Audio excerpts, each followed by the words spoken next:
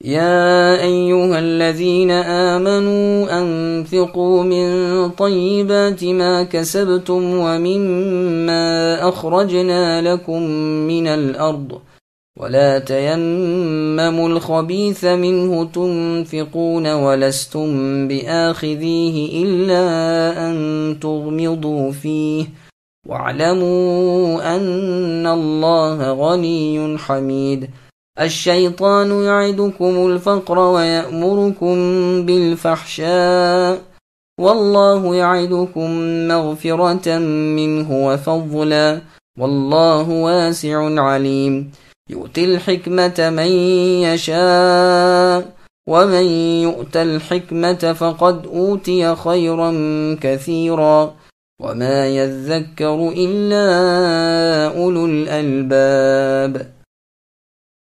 ایمان والو، اپنی پاکیزہ کمائی اور زمین میں سے تمہارے لیے ہماری نکالی ہوئی چیزوں کو خرچ کرو، ان میں سے بری چیزوں کے خرچ کرنے کا قصد نہ کرنا جسے تم خود لینے والے نہیں ہو، ہاں اگر آنکھیں بند کر لو تو خیر، اور جان لو کہ اللہ تعالیٰ بے پرواہ ہیں اور خوبیوں والے ہیں۔ شیطان تم کو فقیری سے دھمکاتا ہے اور بے حیائی کا حکم دیتا ہے، اور اللہ تعالیٰ تم سے اپنی بخشش اور فضل کا وعدہ کرتے ہیں۔ اللہ تعالیٰ وسعت والے اور علم والے ہیں، وہ جسے چاہے حکمت اور دانائی دیتے ہیں، اور جو حکمت اور سمجھ دیا جائے وہ بہت ساری بھلائیاں دیا گیا۔ نصیحت صرف عقل مند ہی حاصل کرتے ہیں۔ سامعین، اب ان آیتوں کی تفسیر سماعت کیجیے۔ پاکیزہ اور بہترین چیز صدقہ کرو۔ اللہ تعالیٰ اپنے مؤمن بندوں کو صدقہ کرنے کا حکم دیتے ہیں کہ مال تجارت جو اللہ نے تم کو دیا ہے، سونا، چاندی اور پھل، اناج وغیرہ، جو اللہ نے تم کو زمین سے نکال کر دیے ہیں، اس میں سے بہترین مرغوب طبع اور پسند خاطر عمدہ چیزیں اللہ کی راہ میں دو۔ ردی واہیات، سڑی گلی، گری پڑی بیکار فضول اور خراب چیز اللہ کی راہ میں نہ دو۔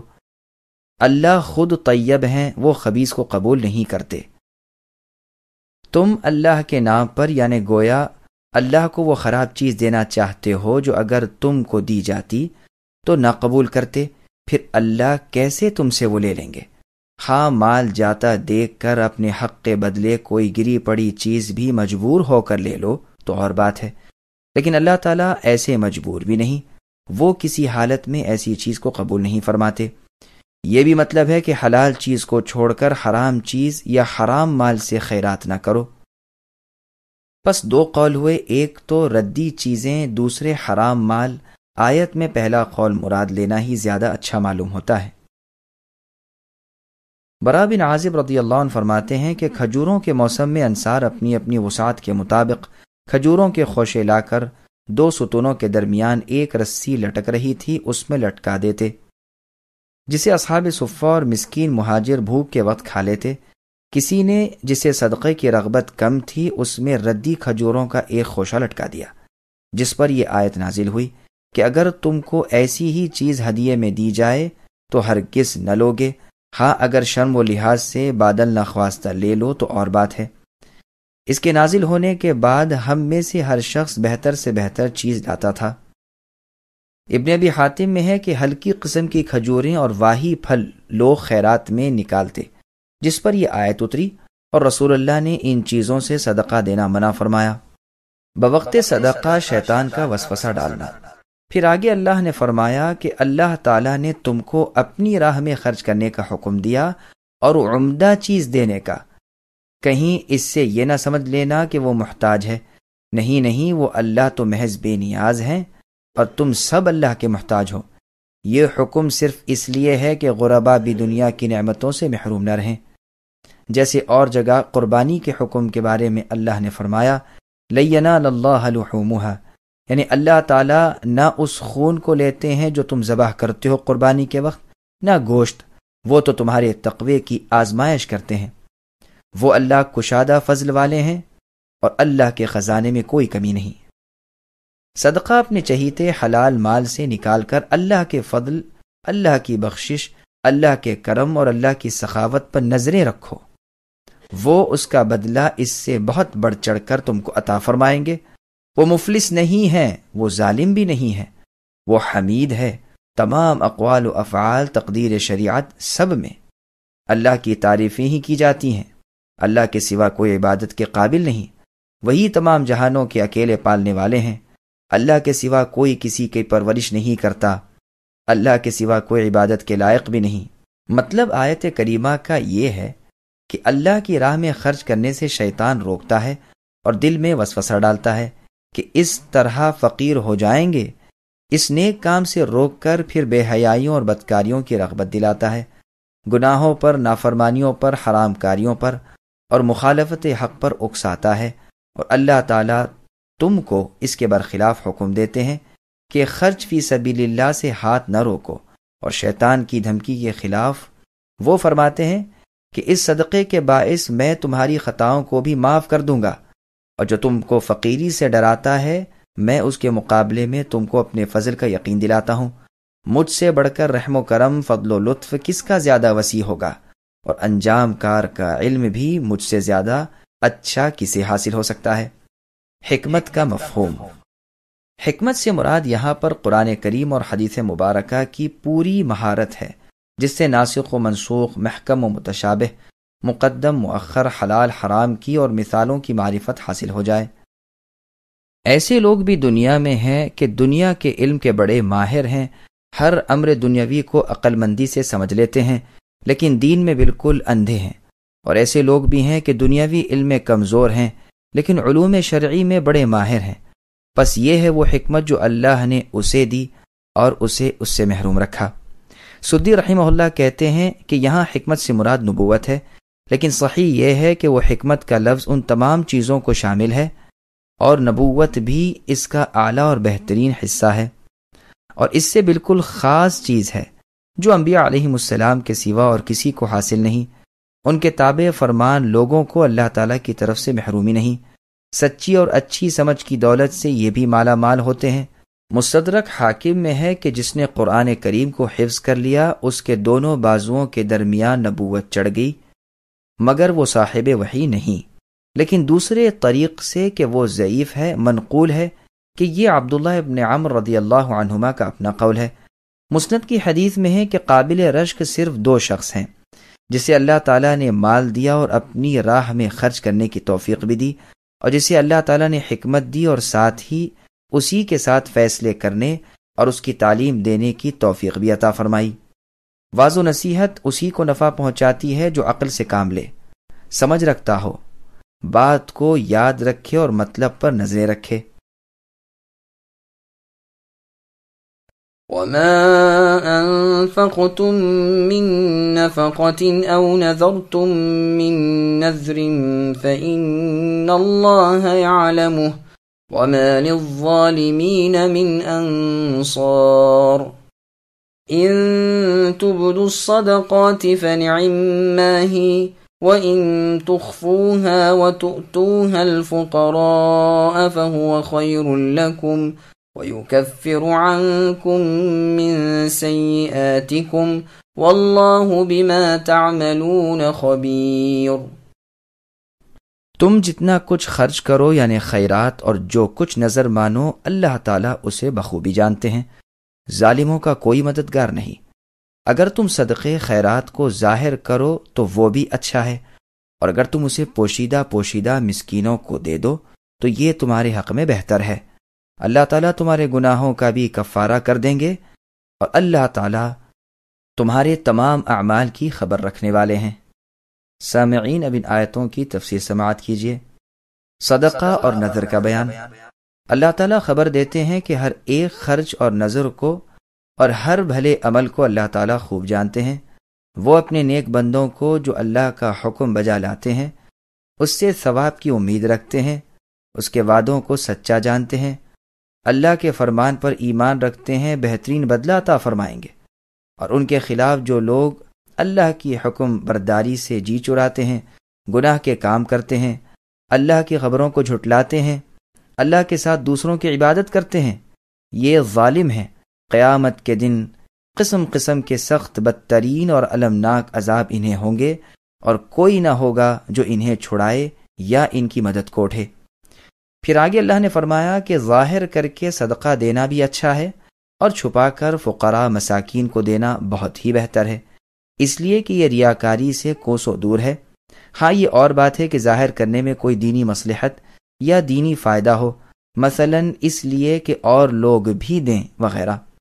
سنن نبی داؤد کی حدیث میں ہے کہ صدقے کا ظاہر کرنے والا مثل بلند آواز سے قرآن پڑھنے والے کے ہے، اور اسے چھپانے والا آہستہ قرآن پڑھنے والے کی طرح ہے۔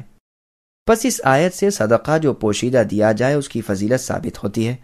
بخاری اور مسلم میں بروایت ابو ہریرہ رضی اللہ عنہ مروی ہے کہ رسول اللہ صلی اللہ علیہ وسلم نے فرمایا، 7 شخصوں کو قیامت کے دن اللہ تعالیٰ اپنے سائے میں جگہ دیں گے، جس دن اللہ کے سائے کے سوا اور کوئی سایہ نہ ہوگا۔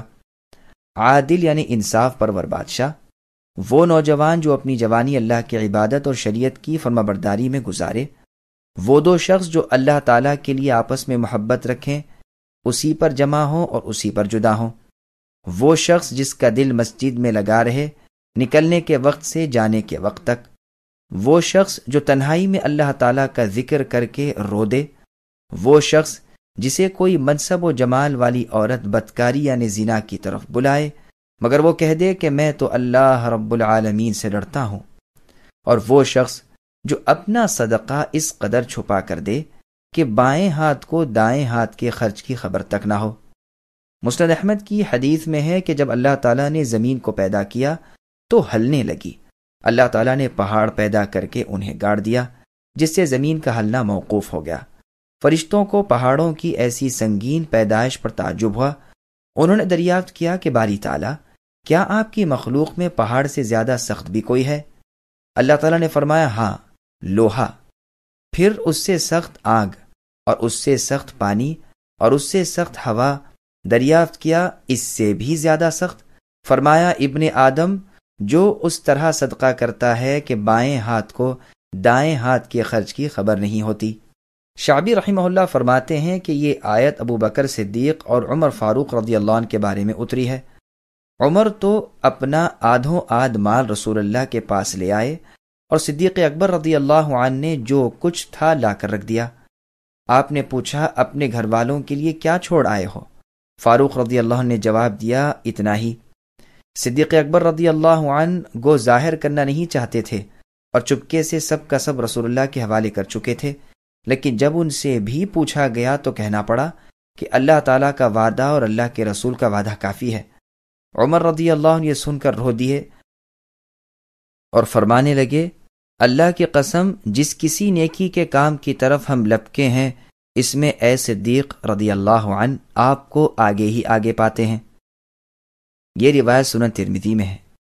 آیت کے الفاظ عام ہیں، صدقہ خواہ فرضی ہو خواہ نفلی زکوٰۃ ہو یا خیرات، اس کی پوشیدگی اظہار سے افضل ہے، لیکن ابن عباس رضی اللہ عنہما سے مروی ہے کہ نفلی صدقہ پوشیدہ دینا 70 گنا فضیلت رکھتا ہے، لیکن فرض زکوٰۃ کو اعلانیہ ادا کرنا 25 گنا فضیلت رکھتا ہے۔ پھر آگے اللہ نے فرمایا کہ صدقے کے بدلے اللہ تعالیٰ تمہاری خطاؤں اور برائیوں کو دور کر دیں گے، بالخصوص اس وقت جب کہ وہ چھپا کر دیا جائے۔ تم کو بہت سی بھلائی ملے گی، درجات بڑھیں گے، گناہوں کا کفارہ ہوگا۔ یکفرو کو یکفر بھی پڑھا گیا ہے، اس صورت میں یہ جواب شرط کے محل پر عطف ہوگا جو فنعم ہی ہے، جسے فاصدق واکون میں واکن اللہ تعالیٰ پر تمہاری کوئی نیکی، بدی، سخاوت، بخیلی، پوشیدگی اور اظہار نیک نیتی اور دنیا طلبی پوشیدہ نہیں، وہ پورا پورا بدلہ دیں گے۔ ليس عليك هداهم ولكن الله يهدي من يشاء وما تنفقوا من خير فلأنفسكم وما تنفقون إلا ابتغاء وجه الله وما تنفقوا من خير يوفى إليكم وأنتم لا تظلمون للفقراء الذين أحصروا في سبيل الله لا يستطيعون ضربا في الأرض يحسبهم الجاهل أغنياء من التعفف تعرفهم بسيماهم لا يسألون الناس إلحافا وما تنفقوا من خير فإن الله به عليم الذين ينفقون أموالهم بالليل والنهار سرا وعلانية فلهم أجرهم عند ربهم ولا خوف عليهم ولا هم يحزنون. انہیں ہدایت پر لا کھڑا کرنا اے نبی آپ کی ذمہ داری نہیں، بلکہ ہدایت اللہ دیتے ہیں جسے چاہے. مسلمانوں، تم جو بھلی چیز اللہ کی راہ میں دو گے اس کا فائدہ خود پاؤ گے. تم کو صرف اللہ کی رضامندی کی طلب کے لیے ہی خرچ کرنا چاہیے. تم جو کچھ مال خرچ کرو گے اس کا پورا پورا بدلہ تم کو دیا جائے گا اور تمہارا حق نہ مارا جائے گا. صدقات کے مستحق صرف وہ غرباء ہیں جو اللہ کی راہ میں روک دیے گئے، جو ملک میں چل پھر نہیں سکتے. نادان لوگ ان کی بے سوالی کی وجہ سے انہیں مالدار خیال کرتے ہیں. آپ اے نبی ان کے چہرے دیکھ کر قیافے سے انہیں پہچان لیں گے. وہ لوگوں سے چمٹ کر سوال نہیں کرتے. تم جو کچھ مال خرچ کرو تو اللہ تعالیٰ اس کا جاننے والے ہیں. جو لوگ اپنے مالوں کو رات دن چھپے کھلے خرچ کرتے رہتے ہیں ان کے لیے ان کے رب کے پاس اجر ہے اور نہ انہیں خوف ہے اور نہ غم. سامعین، اب ان آیتوں کی تفسیر سماعت کیجیے. غیر مسلم رشتہ داروں سے بھی صلہ رحمی. عبداللہ بن عباس رضی اللہ عنہما فرماتے ہیں کہ مسلمان صحابہ اپنے مشرک رشتہ داروں کے ساتھ اچھا سلوک کرنا ناپسند کرتے تھے. پھر رسول اللہ سے سوال ہوا اور یہ آیت اتری اور انہیں رخصت دی. فرماتے ہیں کہ رسول اللہ فرماتے تھے کہ صدقہ صرف مسلمانوں کو دیا جائے. جب یہ آیت اتری تو رسول اللہ نے فرمایا ہر سائل کو دو، گو وہ کسی مذہب کا ہو. اسما رضی اللہ عنہا والی روایت آیت لا ینہاکم اللہ کی تفسیر میں آئے گی انشاءاللہ. یہاں فرمایا تم جو نیکی کرو گے اپنے لیے ہی کرو گے، جیسے اور جگہ ہے من عمل صالحا فلنفسہ، یعنی جو کوئی بھی نیکی کرے گا تو وہ اپنی جان کی خاطر. اور اس جیسی اور آیات بھی بہت ہیں. حسن بصری رحمہ اللہ فرماتے ہیں کہ ایماندار کا ہر خرچ اللہ تعالیٰ ہی کے لیے ہوتا ہے، گو وہ خود کھائے پیے.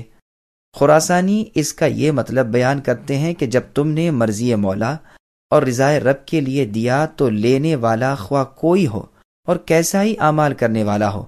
یہ مطلب بھی بہت اچھا ہے. حاصل یہ ہے کہ نیک نیتی سے دینے والے کا اجر تو اللہ کے ذمے ثابت ہو گیا. اب خواہ وہ مال کسی نیک کے ہاتھ لگے یا بد کے، مستحق یا غیر مستحق، اسے اپنے قصد اور اپنی نیک نیتی کا ثواب مل گیا. جبکہ اس نے دیکھ بھال کر لی، پھر غلطی ہوئی تو ثواب ضائع نہیں جاتا. اسی لیے آیت کے آخر میں بدلہ ملنے کی بشارت دی گئی. اور بخاری اور مسلم کی حدیث میں آیا ہے کہ ایک شخص نے قصد کیا کہ آج رات میں صدقہ دوں گا. لے کر مال نکلا اور چپکے سے ایک عورت کو دے کر چلا آیا. صبح لوگوں میں یہ باتیں ہونے لگیں کہ آج رات کو کوئی شخص ایک بدکار عورت کو کوئی خیرات دے گیا. اس نے بھی سنا اور اللہ کا شکر ادا کیا. پھر اپنے جی میں کہا کہ آج رات پھر صدقہ دوں گا. لے کر چلا اور ایک شخص کی مٹھی میں رکھ کر چلا آیا. صبح سنتا ہے کہ لوگوں میں چرچا ہو رہا ہے کہ آج رات ایک مالدار کو کوئی صدقہ دے گیا. اس نے پھر اللہ کی حمد کی اور ارادہ کیا کہ آج رات کو تیسرا صدقہ دوں گا. دے آیا.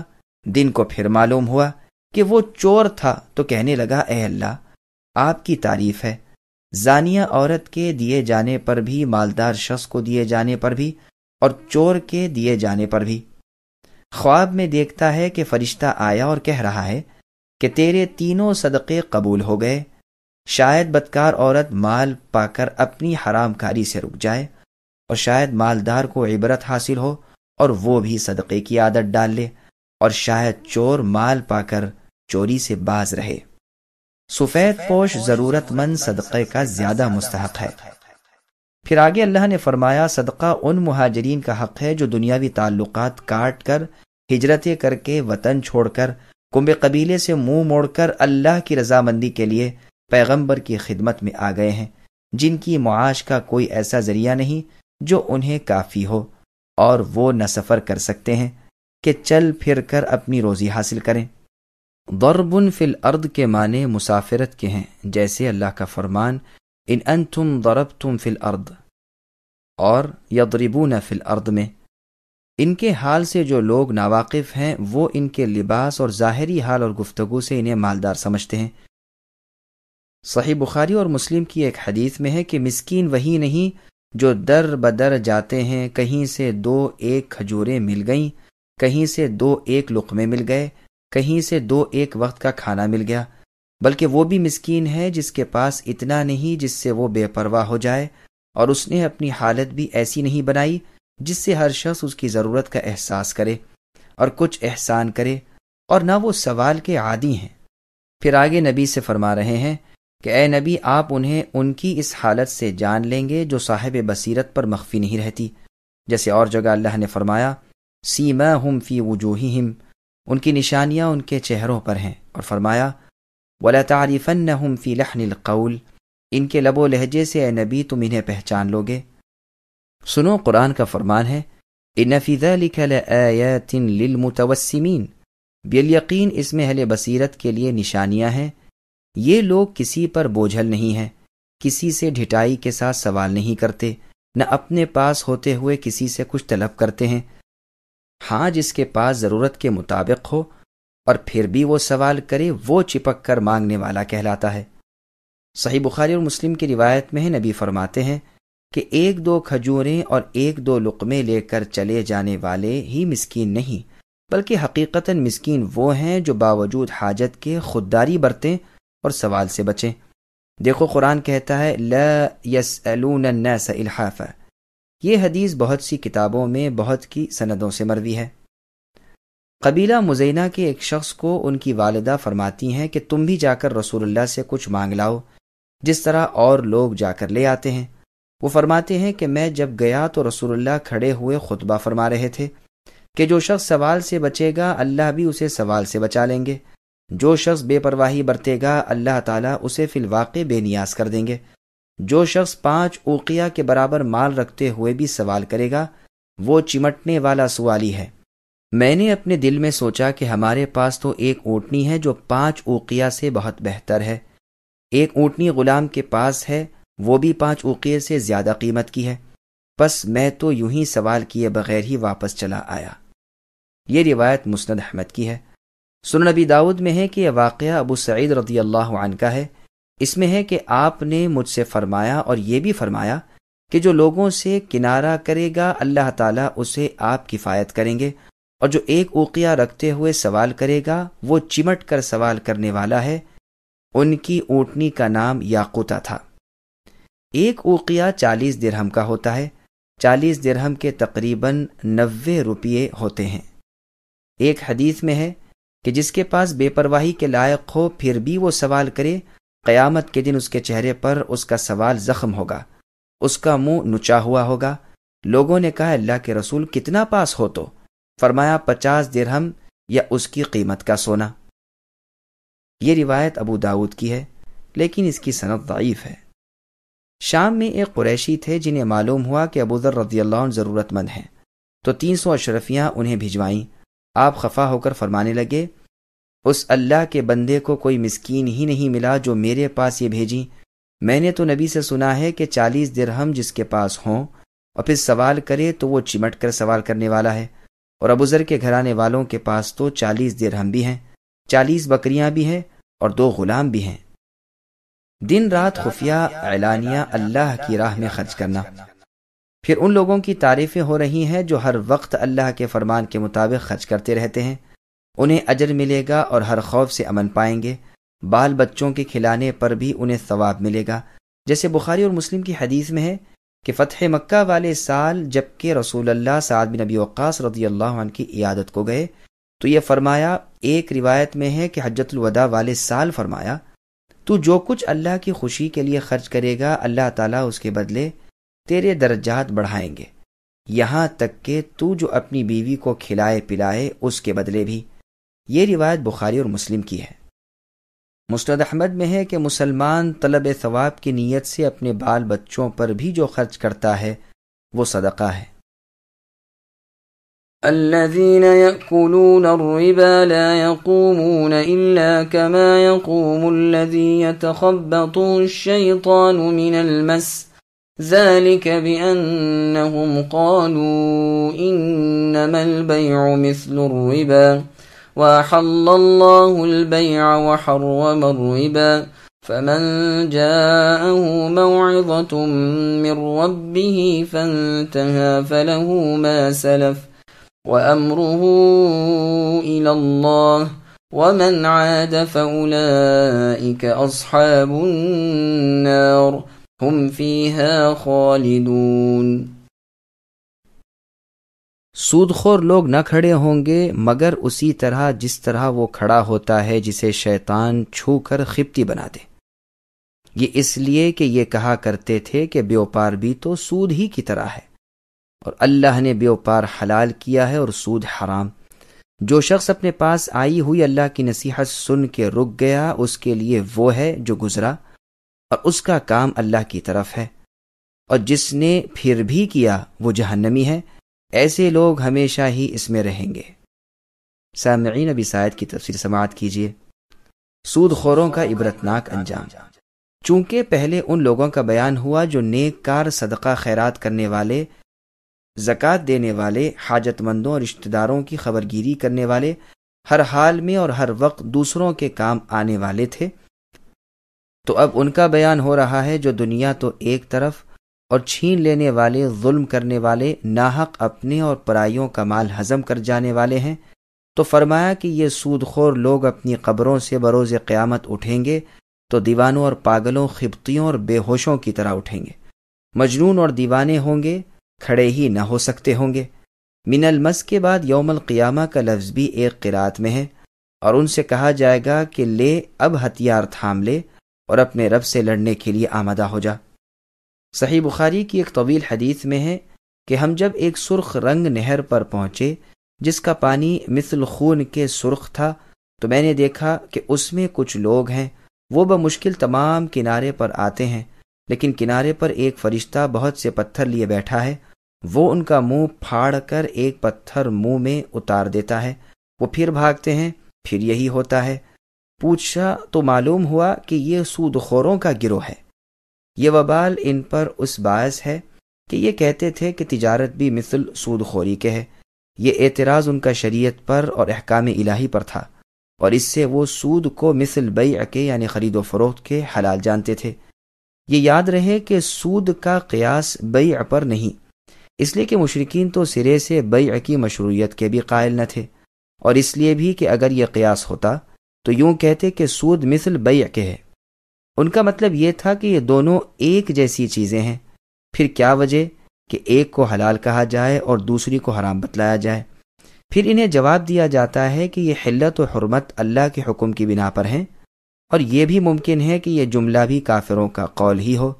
تو اس میں لطافت کے ساتھ ایک جواب بھی ہو گیا کہ باوجود اس بات کے علم کے کہ ایک کو اللہ نے حرام ٹھہرایا ہے، دوسرے کو حلال بتایا ہے، پھر اعتراض کیسا؟ علیم و حکیم اللہ کے احکام پر تعاقب کرنے والے تم کون؟ اللہ سے باز پرس کرنے کی کس کی ہستی ہے؟ تمام کاموں کی اصلیت کا عالم تو وہی اللہ ہیں۔ وہ خوب جانتے ہیں کہ بندوں کو حقیقی نفع کس چیز میں اور فی الواقع نقصان کس چیز میں ہے، تو وہ نفع والی چیزیں حلال کرتے ہیں اور نقصان رسا چیزیں اپنے بندوں پر حرام ٹھہراتے ہیں۔ کوئی ماں اپنے دودھ پیتے بچے پر اتنی مہربان نہ ہوگی جتنے اللہ اپنے بندوں پر ہیں۔ وہ روکتے ہیں تو مصلحت سے اور حکم دیتے ہیں تو مصلحت سے۔ اپنے رب کی نصیحت سن کر جو باز آ جائے اس کے اگلے کیے کرائے تمام گناہ معاف ہیں، جیسے اللہ نے فرمایا عفا اللہ عما سلف، اور جیسا کہ رسول اللہ نے فتح مکہ والے دن فرمایا تھا جاہلیت کے تمام سود میرے ان دونوں قدموں تلے برباد ہیں۔ سب سے پہلا سود جسے میں ختم کرتا ہوں وہ میرے چچا عباس کا سود ہے۔ پس جاہلیت میں جو سود لے چکے تھے ان کے لوٹانے کا حکم نہیں ہوا۔ سود کی حرمت اور اس کی مختلف شکلیں۔ پھر فرمایا کہ اب جب کہ حرمت کا مسئلہ اس کے کانوں میں پڑ چکا، پھر بھی سود لے تو وہ سزا کا سزاوار ہے، ہمیشہ کے لیے جہنمی ہے۔ جب یہ آیت اتری تو رسول اللہ نے فرمایا جو مخابرہ کو اب بھی نہ چھوڑے وہ اللہ کے رسول سے لڑنے کے لیے تیار ہو جائے۔ مخابرہ اسے کہتے ہیں کہ ایک شخص دوسرے کی زمین میں کھیتی بوئے اور یہ ٹھہرائے کہ اس زمین کے اس ٹکڑے سے جتنا نکلے وہ میرا باقی تیرا، اور مزابنہ اسے کہتے ہیں کہ درخت میں جو کھجوریں ہیں وہ میری اور میں اس کے بدلے اپنے پاس سے تجھے اتنی کھجوریں تیار دیتا ہوں، اور محاقلہ کہتے ہیں اسے کہ کھیت میں جو اناج بالوں میں ہے اسے اپنے پاس سے کچھ اناج دے کر خریدنا۔ ان تمام صورتوں کو شریعت نے حرام قرار دیا تاکہ سود کی جڑیں کٹ جائیں، اس لیے کہ ان صورتوں میں صحیح طور پر معلوم نہیں ہو سکتا۔ پس بعض علماء نے اس کی کچھ علت نکالی، بعض نے کچھ۔ ایک جماعت نے اپنی علت پر قیاس کر کے ان تمام کاروبار سے روکا جس میں یہ علت پائی جاتی تھی، دوسری جماعت نے دوسری علت کی بنا پر۔ حقیقت یہ ہے کہ مسئلہ ذرا مشکل ہے، یہاں تک کہ عمر ابن الخطاب رضی اللہ عنہ فرماتے ہیں کہ 3 مسئلے افسوس کے پوری طرح میری سمجھ میں نہیں آئے: دادا کی میراث کا، کلالہ کا اور سود کی صورتوں کا۔ یہ روایت بخاری اور مسلم میں ہے۔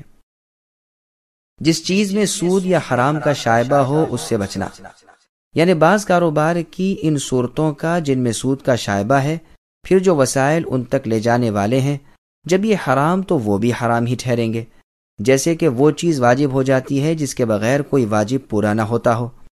بخاری اور مسلم کی حدیث میں ہے کہ جس طرح حلال ظاہر ہے اسی طرح حرام بھی ظاہر ہے، لیکن کچھ کام درمیانی شبے والے ہیں۔ ان شبہات والے کاموں سے بچنے والے نے اپنے دین اور اپنی عزت کو بچا لیا، اور ان مشتبہ یعنی شبہ والی چیزوں میں پڑنے والا حرام میں پڑنے والا ہے۔ جس طرح کوئی چرواہا جو کسی کی چراگاہ کے آس پاس اپنے جانور چراتا ہو، ممکن ہے کہ کوئی جانور اس چراگاہ میں بھی منہ مار لے۔ سنن میں حدیث ہے کہ جو چیز تجھے شک میں ڈالے اسے چھوڑ اور اسے لے لے جو شک شبہ سے پاک ہو۔ اور صحیح مسلم کی حدیث میں ہے کہ گناہ وہ ہے جو دل میں کھٹکے، طبیعت میں تردد ہو اور اس پر لوگوں کا واقف ہو جانا برا لگتا ہو۔ صحیح بخاری میں ہے کہ ابن عباس رضی اللہ عنہما فرماتے ہیں سود کی حرمت سب سے آخر میں نازل ہوئی۔ سود کا گناہ اور اسباب سودی کاروبار۔ سنن ابن ماجہ کی حدیث میں ہے کہ سود کے 73 گناہ ہیں، جن میں سب سے ہلکا گناہ یہ ہے کہ انسان اپنی ماں سے بدکاری کرے۔ سب سے بڑا سود مسلمان کی حد کی عزت کرنا ہے۔ مستدرک حاکم میں ہے، فرماتے ہیں ایسا زمانہ بھی آئے گا کہ لوگ سود کھائیں گے۔ صحابہ نے پوچھا کیا سب کے سب؟ فرمایا جو نہ کھائے گا اسے بھی غبار تو پہنچے گا۔ پس غبار سے بچنے کے لیے ان اسباب کے پاس بھی نہ پھٹکنا چاہیے جو ان حرام کاموں کی طرف پہنچانے والے ہوں۔ مسند احمد میں ہے، عائشہ رضی اللہ عنہا سے مروی ہے کہ جب سورہ بقرہ کی آخری آیت حرمت سود میں نازل ہوئی تو نبی نے مسجد میں آ کر اس کی تلاوت کی اور شراب کے کاروبار اور شراب کی تجارت کو حرام قرار دے دیا۔ بعض ائمہ فرماتے ہیں کہ اسی طرح شراب اور اس کی ہر طرح کی خرید و فروخت وغیرہ وہ وسائل جو اس تک پہنچانے والے ہوں سب رسول اللہ نے حرام کیے ہیں۔ صحیح بخاری اور مسلم کی حدیث میں ہے کہ اللہ تعالیٰ نے یہودیوں پر لعنت کی اس لیے کہ جب ان پر چربی حرام ہوئی تو انہوں نے حیلہ سازی کر کے چربی کو پگھلا کر بیچا اور اس کی قیمت کھائی۔ غرض دھوکہ بازی اور حیلہ سازی کر کے حرام کو حلال بنانے کی کوشش بھی حرام ہے اور موجب لعنت ہے۔ اسی طرح پہلے وہ بھی بیان ہو چکی ہے جس میں ہے کہ جو شخص دوسرے کی 3 طلاقوں والی عورت سے اس لیے نکاح کرے کہ اگلے خاوند کے لیے وہ حلال ہو جائے، اس پر اور اس خاوند پر دونوں پر اللہ کی پھٹکار اور اللہ کی لعنت ہے۔ آیت حتی تنکح زوجا غیرہ کی تفسیر میں دیکھ لیجئے۔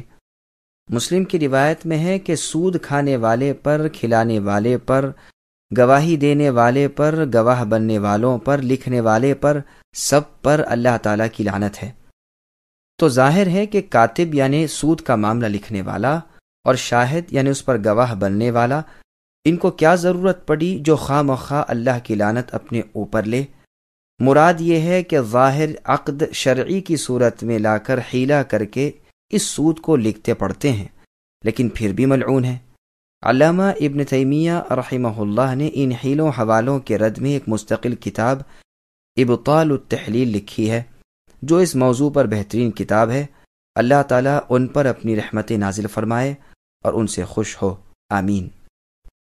يمحق الله الربا ويربي الصدقات والله لا يحب كل كفار أثيم إن الذين آمنوا وعملوا الصالحات وأقاموا الصلاة وآتوا الزكاة لهم أجرهم عند ربهم ولا خوف عليهم ولا هم يحزنون۔ اللہ تعالیٰ سود کو مٹاتے ہیں اور صدقے کو بڑھاتے ہیں۔ اللہ تعالیٰ کسی ناشکرے اور گنہگار کو دوست نہیں رکھتے۔ جو لوگ ایمان کے ساتھ سنت کے مطابق کام کرتے ہیں، نمازوں کو قائم کرتے ہیں اور زکوٰۃ ادا کرتے ہیں، ان کا اجر ان کے رب کے پاس ہے، ان پر نہ تو کوئی خوف ہے نہ اداسی اور غم۔ سامعین، اب ان آیتوں کی تفسیر سماعت کیجیے۔ سود میں بے برکتی ہے۔ اللہ تعالیٰ فرماتے ہیں کہ وہ سود کو برباد کرتے ہیں، یعنی یا تو اسے بالکل غارت کر دیتے ہیں یا اس کی خیر و برکت مٹا دیتے ہیں۔ علاوہ ازیں دنیا میں بھی وہ تباہی کا باعث بنتا ہے اور آخرت میں عذاب کا سبب۔ جیسے اور جگہ ہے قُلْ لَا يَسْتَوِي الْخَبِيثُ وَالطَّيِّبُ، یعنی اے نبی کہہ دیجئے ناپاک اور پاک برابر نہیں ہوتا، گو تم کو ناپاک کی زیادتی تعجب میں ڈالے۔ اور جگہ فرمایا وَيَجْعَلُ الْخَبِيثَ بَعْضَهُ عَلَى بَعْضٍ فَيَرْكُمَهُ جَمِيعًا فَيَجْعَلَهُ فِي جَهَنَّمَ، یعنی خباثت والی چیزوں کو تہ و بالا کر کے وہ اللہ انہیں جہنم میں جھونک دیں گے۔ اور جگہ فرمایا وَمَا آتَيْتُم مِّن رِّبَا، یعنی تمہارے دیے ہوئے سود سے جو مال تم بڑھانا چاہو وہ دراصل بڑھتا نہیں۔ اسی واسطے عبداللہ بن مسعود رضی اللہ عنہ والی روایت میں ہے کہ سود سے گو زیادتی ہو جائے لیکن انجام کار کمی ہی کمی ہے۔ ذخیرہ اندوزی کی ممانعت۔ مسند کی ایک اور روایت میں ہے کہ امیر المؤمنین عمر فاروق رضی اللہ عنہ مسجد سے نکلے تو اناج پھیلا ہوا دیکھا، پوچھا یہ غلہ کہاں سے آ گیا؟ لوگوں نے کہا بکنے کے لیے آیا ہے۔ آپ نے دعا کی کہ اے اللہ اس میں برکت دیجئے۔ لوگوں نے کہا یہ غلہ گراں بھاؤ بیچنے کے لیے پہلے ہی سے جمع کر لیا تھا۔ پوچھا کس نے جمع کیا تھا؟ لوگوں نے کہا ایک تو فروخ نے جو عثمان رضی اللہ عنہ کے مولا ہیں، اور دوسرے آپ کے آزاد کردہ غلام نے۔ آپ نے دونوں کو بلوایا اور فرمایا تم نے ایسا کیوں کیا؟ جواب دیا کہ ہم اپنے مالوں سے خریدتے ہیں، لہٰذا جب چاہیں بیچیں، ہمیں اختیار ہے۔ آپ نے فرمایا سنو، میں نے رسول اللہ سے سنا ہے کہ جو شخص مسلمانوں میں مہنگا بیچنے کے خیال سے غلہ روکے رکھے اسے اللہ مفلس کر دیں گے، یا جزامی یعنی کوڑی۔ یہ سن کر فروخ رحمہ اللہ تو فرمانے لگے کہ میری توبہ ہے، میں اللہ سے پھر آپ سے عہد کرتا ہوں کہ پھر یہ کام نہ کروں گا۔ لیکن عمر رضی اللہ عنہ کے غلام نے پھر یہی کہا کہ ہم اپنے مال سے خریدتے ہیں اور نفع اٹھا کر بیچتے ہیں، اس میں کیا حرج ہے؟ راوی حدیث ابو یحییٰ رحمہ اللہ فرماتے ہیں کہ میں نے پھر دیکھا کہ اسے جزام ہو گیا اور جزامی بنا پھرتا تھا۔ ابن ماجہ میں ہے کہ جو شخص مسلمانوں کا غلہ گراں بھاؤ بیچنے کے لیے روکے رکھے اللہ تعالیٰ اسے مفلس کر دیں گے یا جزامی۔ پھر آگے اللہ فرماتے ہیں کہ وہ صدقہ کو بڑھاتے ہیں۔ یوربی کی دوسری قرات یوربی بھی ہے۔ صحیح بخاری کی حدیث میں ہے کہ جو شخص اپنی پاک کمائی میں سے ایک کھجور بھی خیرات کرے اسے اللہ تعالیٰ اپنے داہنے یعنی سیدھے ہاتھ میں لیتے ہیں، پھر اسے پال کر بڑا کرتے ہیں، جس طرح تم لوگ اپنے بچھڑوں کو پالتے ہو، اور اس کا ثواب پہاڑ کے برابر بنا دیتے ہیں۔ اور پاک چیز کے سوا وہ ناپاک چیز کو قبول نہیں فرماتے۔ ایک اور روایت میں ہے کہ احد کے پہاڑ کے برابر ثواب ایک کھجور کا ملتا ہے۔ بس تم صدقہ خیرات کیا کرو۔ پھر آگے اللہ نے فرمایا کہ کافروں اور نافرمان زبان زور اور بد فعل والوں کو اللہ پسند نہیں کرتے۔ مطلب یہ ہے کہ جو لوگ صدقہ خیرات نہ کریں اور اللہ تعالیٰ کی طرف سے صدقہ و خیرات کے سبب مال میں اضافے کے وعدے کی ہوئی زیادتی پر صبر و شکر نہ کر کے مال دنیا جمع کرتے پھریں اور بدترین اور خلاف شرع طریقوں سے کمائیاں کریں اور لوگوں کے مال باطل و ناحق کے ساتھ کھا جائیں، یہ اللہ تعالیٰ کے دشمن ہیں۔ ان ناشکروں اور گنہگاروں کو اللہ پسند نہیں فرماتے۔ پھر ان بندوں کی تعریف ہو رہی ہے جو اپنے رب کے احکام کی بجاوری کریں، مخلوق کے ساتھ حسن سلوک اور احسان کریں، نمازیں قائم کریں، زکوٰۃ دیتے رہیں۔ یہ قیامت کے دن تمام دکھ درد سے امن میں رہیں گے۔ کوئی کھٹکا بھی ان کے دل پر نہ گزرے گا، بلکہ رب العالمین اپنے انعام و اکرام سے انہیں سرفراز فرمائیں گے۔ يا أيها الذين آمنوا اتقوا الله وذروا ما بقي من الربا إن كنتم مؤمنين فإن لم تفعلوا فأذنوا بحرب من الله ورسوله وإن تبتم فلكم رؤوس أموالكم لا تظلمون ولا تظلمون وإن كان ذو عسرة فنظرة إلى ميسرة وَأَن تَصَدَّقُوا خَيْرٌ لَكُمْ إِن كُنتُمْ تَعْلَمُونَ وَاتَّقُوا يَوْمًا تُرْجَعُونَ فِيهِ إِلَى اللَّهِ ثُمَّ تُوَفَّى كُلُّ نَفْسٍ مَا كَسَبَتْ وَهُمْ لَا يُظْلَمُونَ۔ ایمان والو، اللہ سے ڈرو اور جو سود باقی رہ گیا ہے چھوڑ دو، اگر تم سچ مچ ایماندار ہو، اور اگر نہیں کرتے تو اللہ سے اور اللہ کے رسول سے لڑنے کے لیے ہوشیار ہو جاؤ۔ ہاں، اگر توبہ کر لو تو تمہارا اپنا اصل مال تمہارا ہی ہے، نہ تم ظلم کرو نہ تم پر ظلم کیا جائے، اور اگر کوئی تنگی والا ہو تو اسے آسانی تک کی مہلت دینی چاہیے، اور معاف کر دینا تو بہت ہی بہتر ہے اگر تم میں علم ہو۔ اور اس دن سے ڈرو جس میں تم سب اللہ کی طرف لوٹائے جاؤ گے، اور ہر شخص کو اس کے اعمال کا پورا بدلہ دیا جائے گا، اور ان پر ظلم نہیں کیا جائے گا۔ سامعین، اب ان آیتوں کی تفسیر سماعت کیجیے۔ اصل مال لینے اور سود چھوڑ دینے کا حکم۔ ان آیات میں اللہ تعالیٰ اپنے ایماندار بندوں کو تقوی کا حکم دے رہے ہیں، اور ان کاموں سے روکتے ہیں جن سے اللہ کی ناراضگی ہو اور رضامندی سے دور ہو جائے۔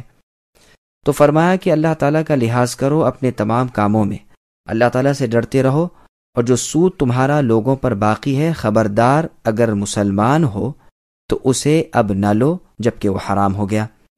یہ آیت نازل ہوئی ہے ثقیف کے قبیلے بنی عمرو بن عمیر اور بنو مخزوم کے قبیلے بنو مغیرہ کے بارے میں۔ جاہلیت کے زمانے میں ان کے سودی کاروبار تھے۔ اسلام کے بعد بنو عمرو نے بنو مغیرہ سے اپنا سود طلب کیا، اور انہوں نے کہا کہ اب ہم اسے اسلام لانے کے بعد ادا نہ کریں گے۔ آخر جھگڑا بڑھا۔ عتاب ابن اسید رضی اللہ عنہ جو مکہ مکرمہ کے نائب تھے، انہوں نے نبی کو یہ لکھا، اس پر آیت یہ نازل ہوئی، اور رسول اللہ نے یہ لکھوا کر بھیج دیا اور انہیں قابل وصول سود لینا حرام قرار دیا۔ چنانچہ وہ تائب ہوئے اور اپنا سود بالکل چھوڑ دیا۔ اس آیت میں زبردست وعید ہے ان لوگوں پر جو سود کی حرمت کا علم ہونے کے باوجود بھی اس پر جمے رہیں۔ سود خوری اللہ اور رسول سے جنگ کرنا ہے۔ ابن عباس رضی اللہ عنہما فرماتے ہیں، سود خور سے قیامت کے دن کہا جائے گا کہ اپنے ہتھیار لے لے اور اللہ سے لڑنے کے لیے آمادہ ہو جا۔ آپ فرماتے ہیں، امام وقت پر فرض ہے کہ سود خور لوگ اگر سود نہ چھوڑیں تو ان سے توبہ کرائے، اور اگر نہ کریں تو ان کی گردن مار دے۔ حسن بصری اور ابن سیرین رحمہم اللہ کا فرمان بھی یہی ہے۔ قتادہ رحمہ اللہ فرماتے ہیں کہ دیکھو، اللہ تعالیٰ نے انہیں ہلاکت کی دھمکی دی، انہیں ذلیل کیے جانے کے قابل ٹھہرایا۔ خبردار، سود سے اور سودی لین دین سے بچتے رہو۔ حلال چیزیں اور حلال خرید و فروخت بہت کچھ ہے، فاقے گزرتے ہوں، تاہم اللہ کی معصیت سے رکو۔ پھر ارشاد ہوتا ہے کہ اگر توبہ کر لو تو اصل مال جو کسی پر قرض ہے بے شک لے لو، نہ تو تول میں زیادہ لے کر اس پر تم ظلم کرو، نہ کم دے کر یا نہ دے کر وہ تم پر ظلم کرے۔ نبی صلی اللہ علیہ وسلم نے حجۃ الوداع کے خطبے میں فرمایا، جاہلیت کا تمام سود میں برباد کرتا ہوں۔ اصل رقم لے لو، نہ سود لے کر کسی پر ظلم کرو، نہ کم دے کر یا نہ دے کر وہ تم پر ظلم کرے، نہ کوئی تمہارا مال مار کر تم پر زیادتی کرے۔ عباس ابن عبد المطلب جو میرے چچا ہیں، ان کا تمام سود میں برباد کرتا ہوں۔ غریب قرضدار کو مہلت دینا اور قرض معاف کرنے کا ثواب۔ پھر آگے اللہ ارشاد فرماتے ہیں کہ اگر تنگی والا شخص ہو اور اس کے پاس تمہارے قرض کی ادائیگی کے قابل مال نہ ہو تو اسے مہلت دو کہ کچھ اور مدت بعد ادا کر دے۔ یہ نہ کرو کہ سود در سود لگائے چلے جاؤ کہ مدت گزر گئی، اب اتنا سود لیں گے، بلکہ بہتر بات تو یہ ہے کہ ایسے غربا کو اپنا قرض معاف کر دو۔ مسند احمد کی حدیث میں ہے کہ جو شخص مفلس آدمی پر اپنا قرض وصول کرنے میں نرمی کرے اور اسے ڈھیل دے یعنی مہلت دے، اس کو جتنا دن وہ قرض کی رقم ادا نہ کر سکے اتنے دنوں تک ہر دن اتنی رقم خیرات کرنے کا ثواب ملتا ہے۔ اور روایت میں ہے کہ رسول اللہ نے فرمایا ہر دن اس سے دگنی رقم کے صدقے کرنے کا ثواب ملے گا۔ یہ سن کر بریدہ رضی اللہ عنہ نے کہا، اللہ کے رسول، پہلے تو آپ نے ہر دن اس کے مثل ثواب ملنے کا فرمایا تھا، آج آپ 2 مثل فرماتے ہیں؟ فرمایا ہاں، جب میعاد ختم نہیں ہوئی تو مثل کا ثواب، میعاد گزرنے کے بعد 2 مثل کا۔ یہ روایت مسند احمد کی ہے۔ ابو قتادہ رضی اللہ عنہ کا قرض ایک شخص کے ذمے تھا، وہ تقاضا کرنے کو آتے لیکن یہ چھپ رہتے اور نہ ملتے۔ ایک دن آئے، گھر سے ایک بچہ نکلا، آپ نے اس سے پوچھا کیا تمہارا باپ گھر میں موجود ہے؟ اس بچے نے کہا ہاں گھر میں موجود ہیں، کھانا کھا رہے ہیں۔ اب ابو قتادہ رضی اللہ عنہ نے اونچی آواز سے انہیں پکارا اور فرمایا مجھے معلوم ہو گیا ہے کہ تم گھر میں موجود ہو، آؤ باہر آؤ، جواب دو۔ وہ بیچارے باہر نکلے۔ آپ نے کہا کیوں چھپ رہے ہو؟ کہا بات یہ ہے کہ میں مفلس ہوں، اس وقت میرے پاس رقم نہیں، بوجہ شرمندگی کے آپ سے نہیں ملتا۔ آپ نے کہا قسم کھاؤ۔ اس نے قسم کھا لی۔ آپ رو دیے اور فرمانے لگے میں نے رسول اللہ سے سنا ہے جو شخص نادار قرضدار کو ڈھیل دے یا اپنا قرضہ معاف کر دے وہ قیامت کے دن اللہ تعالیٰ کے عرش کے سائے تلے ہوگا۔ یہ روایت صحیح مسلم کی ہے۔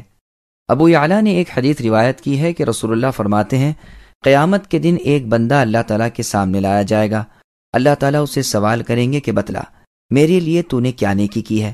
وہ کہے گا اے اللہ، ایک ذرے کے برابر بھی کوئی ایسی نیکی مجھ سے نہیں ہوئی جو آج میں اس کی جزا طلب کر سکوں۔ اللہ تعالیٰ اس سے پھر پوچھیں گے، وہ پھر یہی جواب دے گا، پھر پوچھیں گے، وہ پھر یہی جواب دے گا کہ پروردگار ایک چھوٹی سی بات البتہ یاد پڑتی ہے کہ آپ نے اپنے فضل سے کچھ مال بھی مجھے دے رکھا تھا، میں تجارت پیشہ شخص تھا، لوگ ادھار سدھار لے جاتے تھے، میں اگر دیکھتا کہ یہ غریب شخص ہے اور وعدے پر قرض ادا نہ کر سکا تو میں اسے اور کچھ مدت کی مہلت دے دیتا، مالداروں پر سختی نہ کرتا، زیادہ تنگی والا کسی کو پاتا تو معاف بھی کر دیتا۔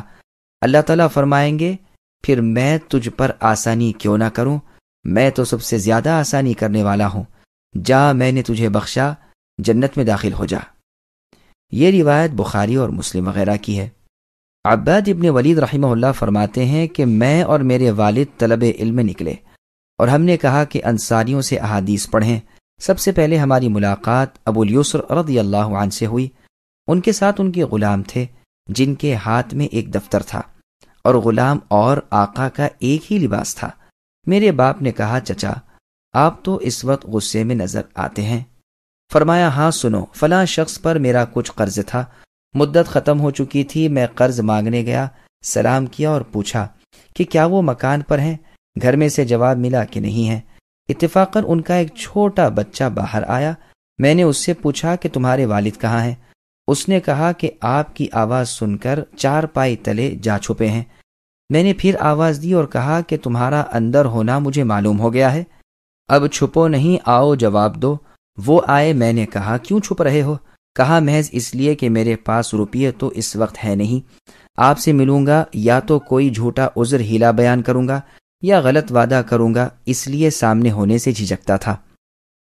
آپ رسول اللہ کے صحابی ہیں، آپ سے جھوٹ کیا کہوں؟ میں نے کہا سچ کہتے ہو، اللہ کی قسم تمہارے پاس روپیے نہیں؟ اس نے کہا ہاں سچ کہتا ہوں، اللہ کی قسم کچھ نہیں۔ 3 مرتبہ میں نے قسم کھلائی اور میں نے اپنے دفتر میں سے ان کا نام کاٹ دیا اور رقم جمع کر لی اور کہہ دیا کہ جاؤ، میں نے تمہارے نام سے یہ رقم کاٹ دی ہے، اب اگر تم کو مل جائے تو دے دینا ورنہ معاف ہے۔ سنو، میری ان دونوں آنکھوں نے دیکھا اور میرے ان دونوں کانوں نے سنا اور میرے اس دل نے اسے خوب یاد رکھا ہے کہ رسول اللہ صلی اللہ علیہ وسلم نے فرمایا جو شخص کسی سختی والے کو ڈھیل دے یا معاف کر دے اللہ تعالیٰ اسے اپنے سائے میں جگا دیں گے۔ یہ روایت مسلم کی ہے۔ اس کے بعد اللہ تعالیٰ اپنے بندوں کو نصیحت کرتے ہیں اور انہیں دنیا کا زوال اور مال کے فنا اور آخرت کا آنا اور اللہ کی طرف لوٹنا اور اللہ کو اپنے اعمال کا حساب دینا اور ان تمام اعمال پر جزا و سزا کا ملنا یاد دلاتے ہیں۔ اور اپنے عذابوں سے ڈراتے ہیں۔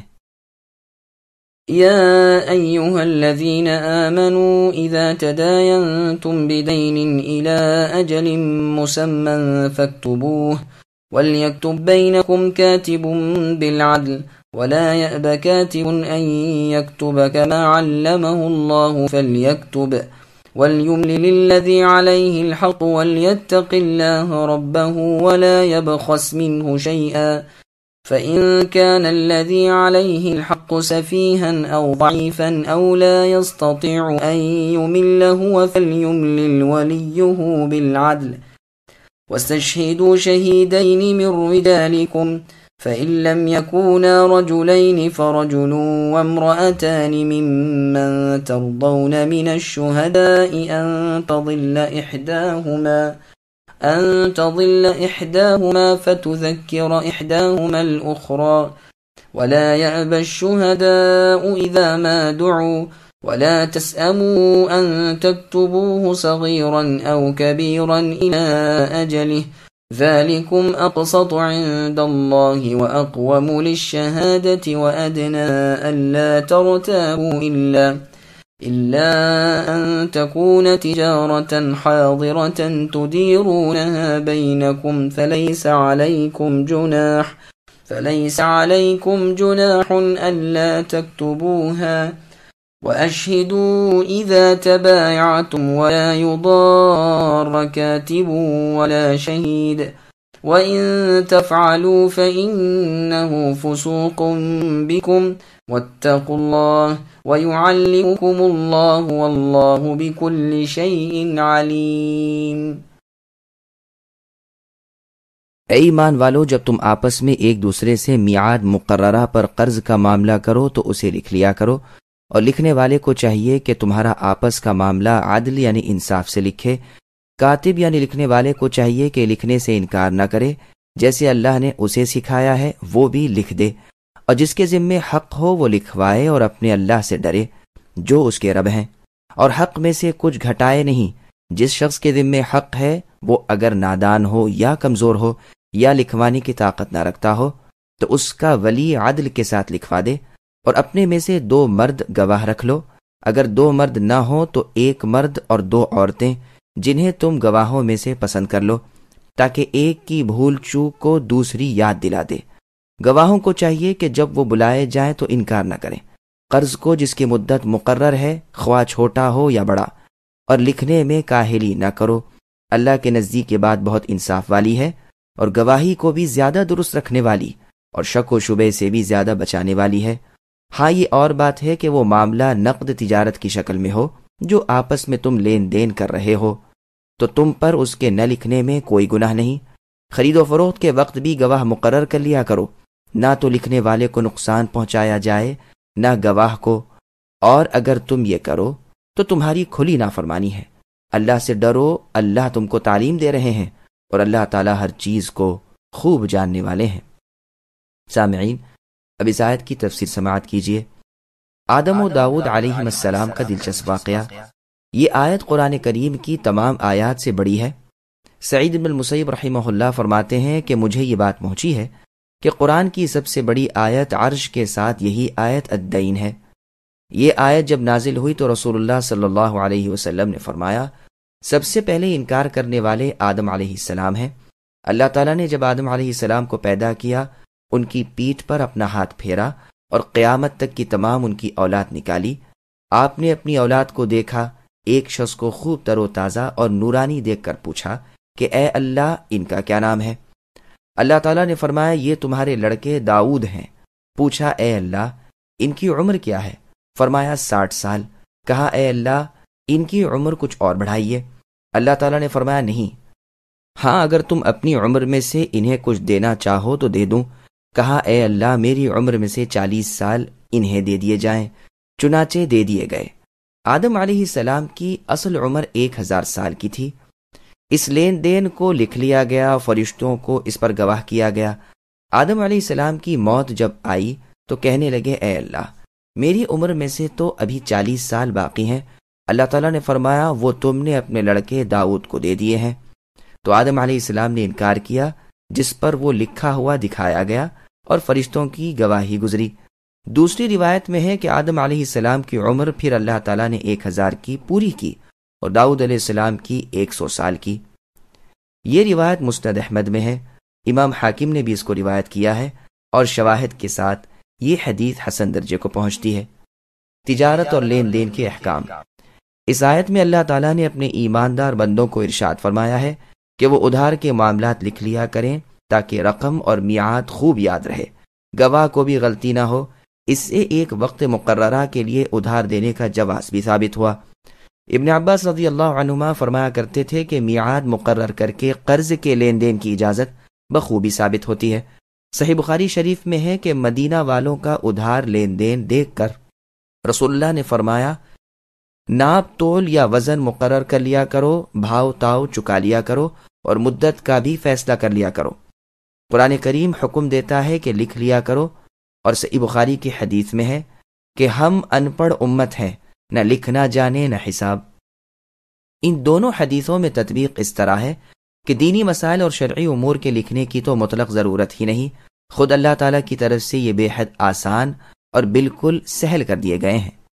قرآن کا حفظ اور احادیث کا حفظ قدرتاً لوگوں پر سہل ہے، لیکن دنیاوی چھوٹی بڑی لین دین کی باتیں اور وہ معاملات جو ادھار سدھار ہوں، ان کی بابت بے شک لکھ لینے کا حکم ہوا، اور یہ بھی یاد رہے کہ یہ حکم بھی وجوباً نہیں، پس نہ لکھنا دینی امور کا ہے اور لکھ لینا دنیاوی کام کاج کا ہے۔ بعض لوگ اس کے وجوب کی طرف بھی گئے۔ ابن جریج رحمہ اللہ فرماتے ہیں کہ جو ادھار دے وہ لکھ لے، اور جو بیچے وہ گواہ کر لے۔ ابو سلیمان مرعشی رحمہ اللہ فرماتے ہیں کہ جنہوں نے کعب الاحبار کی صحبت بہت اٹھائی تھی، انہوں نے ایک دن اپنے پاس والوں سے کہا، اس مظلوم کو بھی جانتے ہو جو اللہ تعالیٰ کو پکارتا ہے اور اس کی دعا قبول نہیں ہوتی؟ لوگوں نے کہا، یہ کس طرح؟ فرمایا، یہ وہ شخص ہے جو ایک مدت تک کے لیے ادھار دیتا ہے اور نہ گواہ رکھتا ہے نہ لکھت پڑھت کرتا ہے، پھر مدت گزرنے پر تقاضا کرتا ہے اور دوسرا شخص انکار کر جاتا ہے۔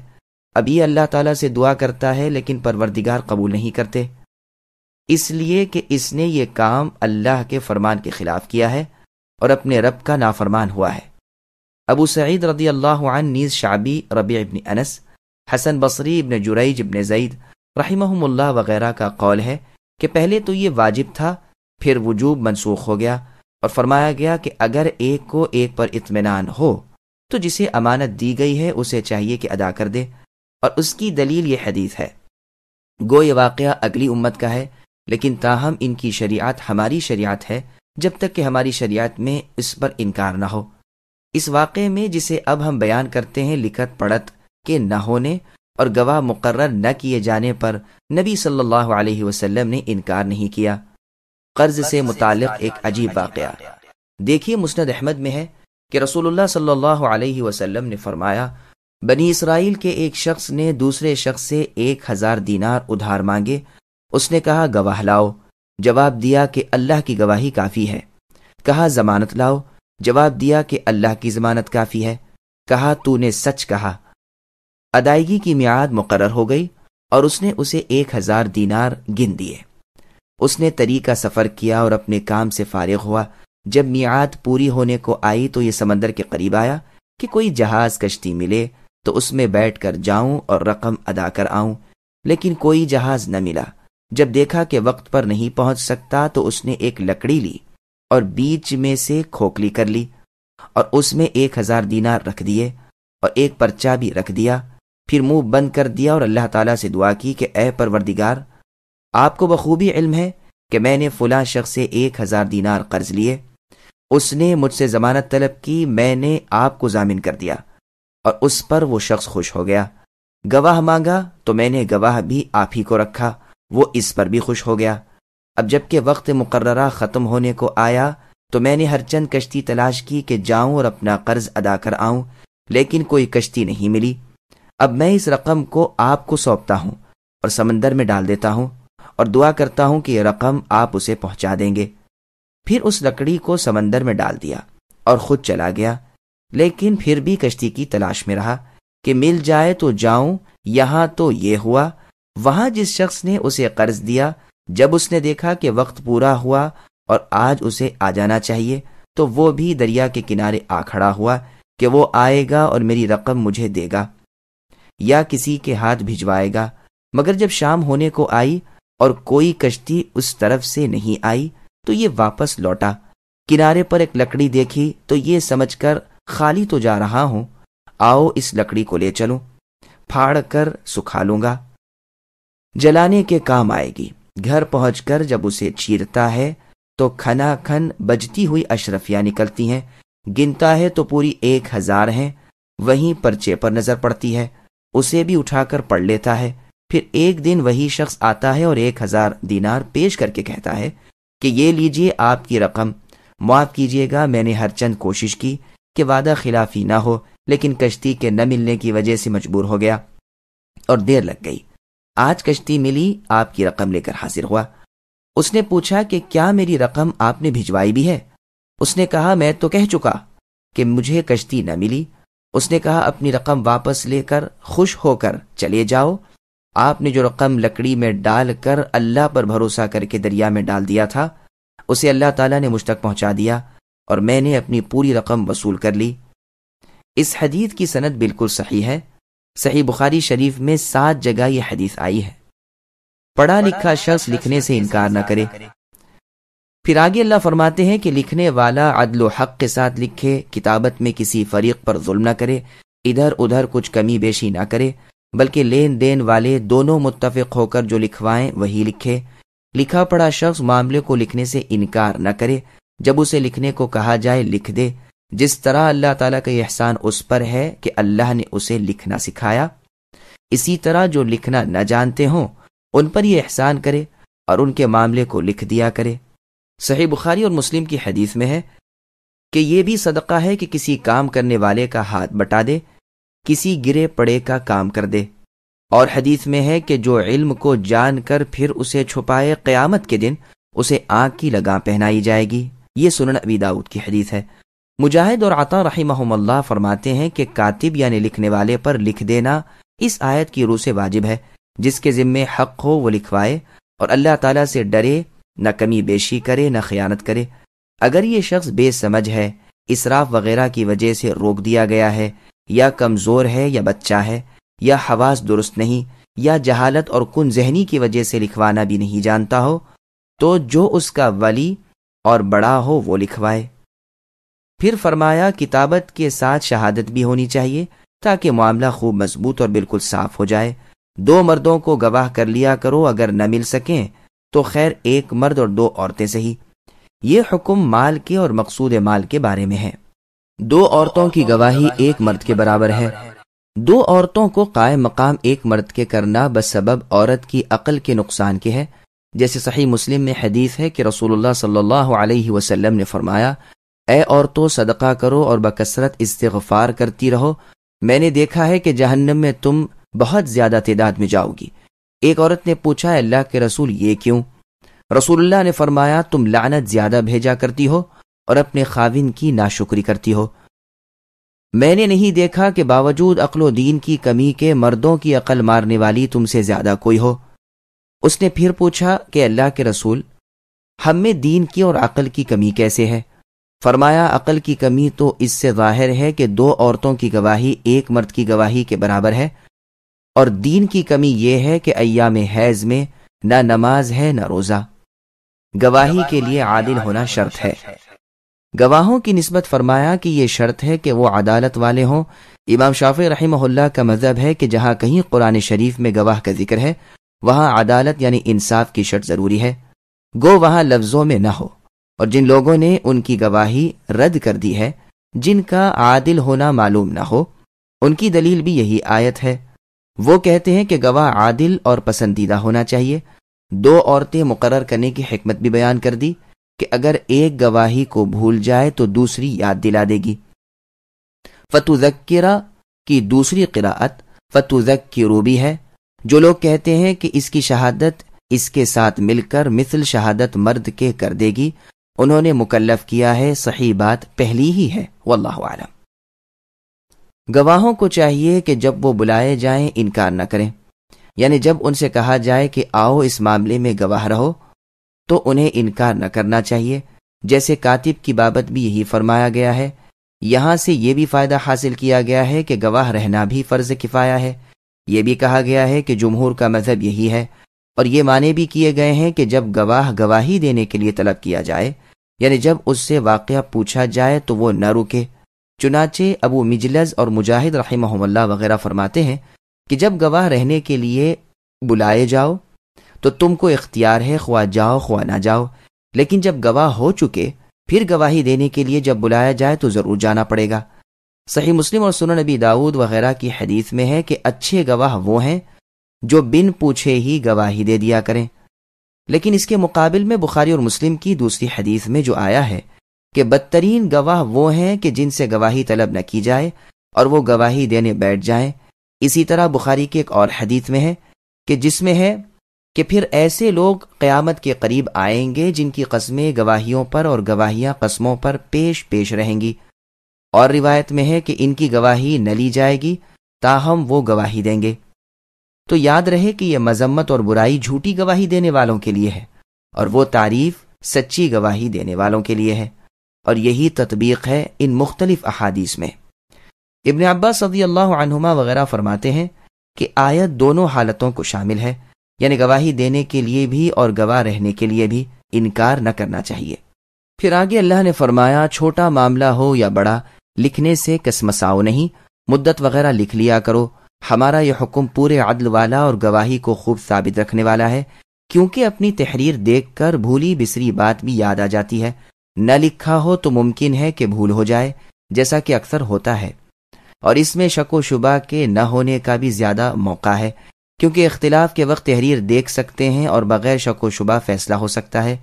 پھر فرمایا جبکہ نقد خرید و فروخت ہو رہی ہو تو چونکہ باقی کچھ نہیں رہتا، اس لیے اگر نہ لکھا جائے تو کسی جھگڑے کا احتمال نہیں، بس کتابت یعنی لکھنے کی شرط تو ہٹا دی۔ اب رہی شہادت یعنی گواہی، تو سعید ابن المسیب رحمہ اللہ تو فرماتے ہیں کہ ادھار ہو یا نہ ہو، ہر حال میں اپنے حق پر گواہ کر لیا کرو۔ دیگر بزرگوں سے مروی ہے کہ فَإِنْ أَمِنَا فرما کر اس حکم کو بھی ہٹا دیا۔ لکھنے کا حکم استحباباً یعنی پسندیدگی کے طور پر ہے، نہ کہ وجوباً یعنی لازمی طور پر۔ یہ بھی ذہن نشین رہے کہ جمہور کے نزدیک یہ حکم واجب نہیں بلکہ استحباب کے طور پر اچھائی کے لیے ہے، اور اس کی دلیل مسند احمد کی یہ حدیث ہے جس سے صاف ثابت ہے کہ رسول اللہ نے خرید و فروخت کی اور کوئی گواہ شاہد نہ تھا۔ چنانچہ مسند احمد میں ہے کہ رسول اللہ نے ایک دیہاتی سے ایک گھوڑا خریدا، اور دیہاتی رسول اللہ کے پیچھے پیچھے آپ کے گھر تک رقم لینے کے لیے چلا۔ رسول اللہ تو ذرا جلدی نکل گئے اور وہ آہستہ آہستہ آ رہا تھا۔ لوگوں کو یہ تو معلوم نہ تھا کہ یہ گھوڑا رسول اللہ کے ہاتھ بک گیا ہے۔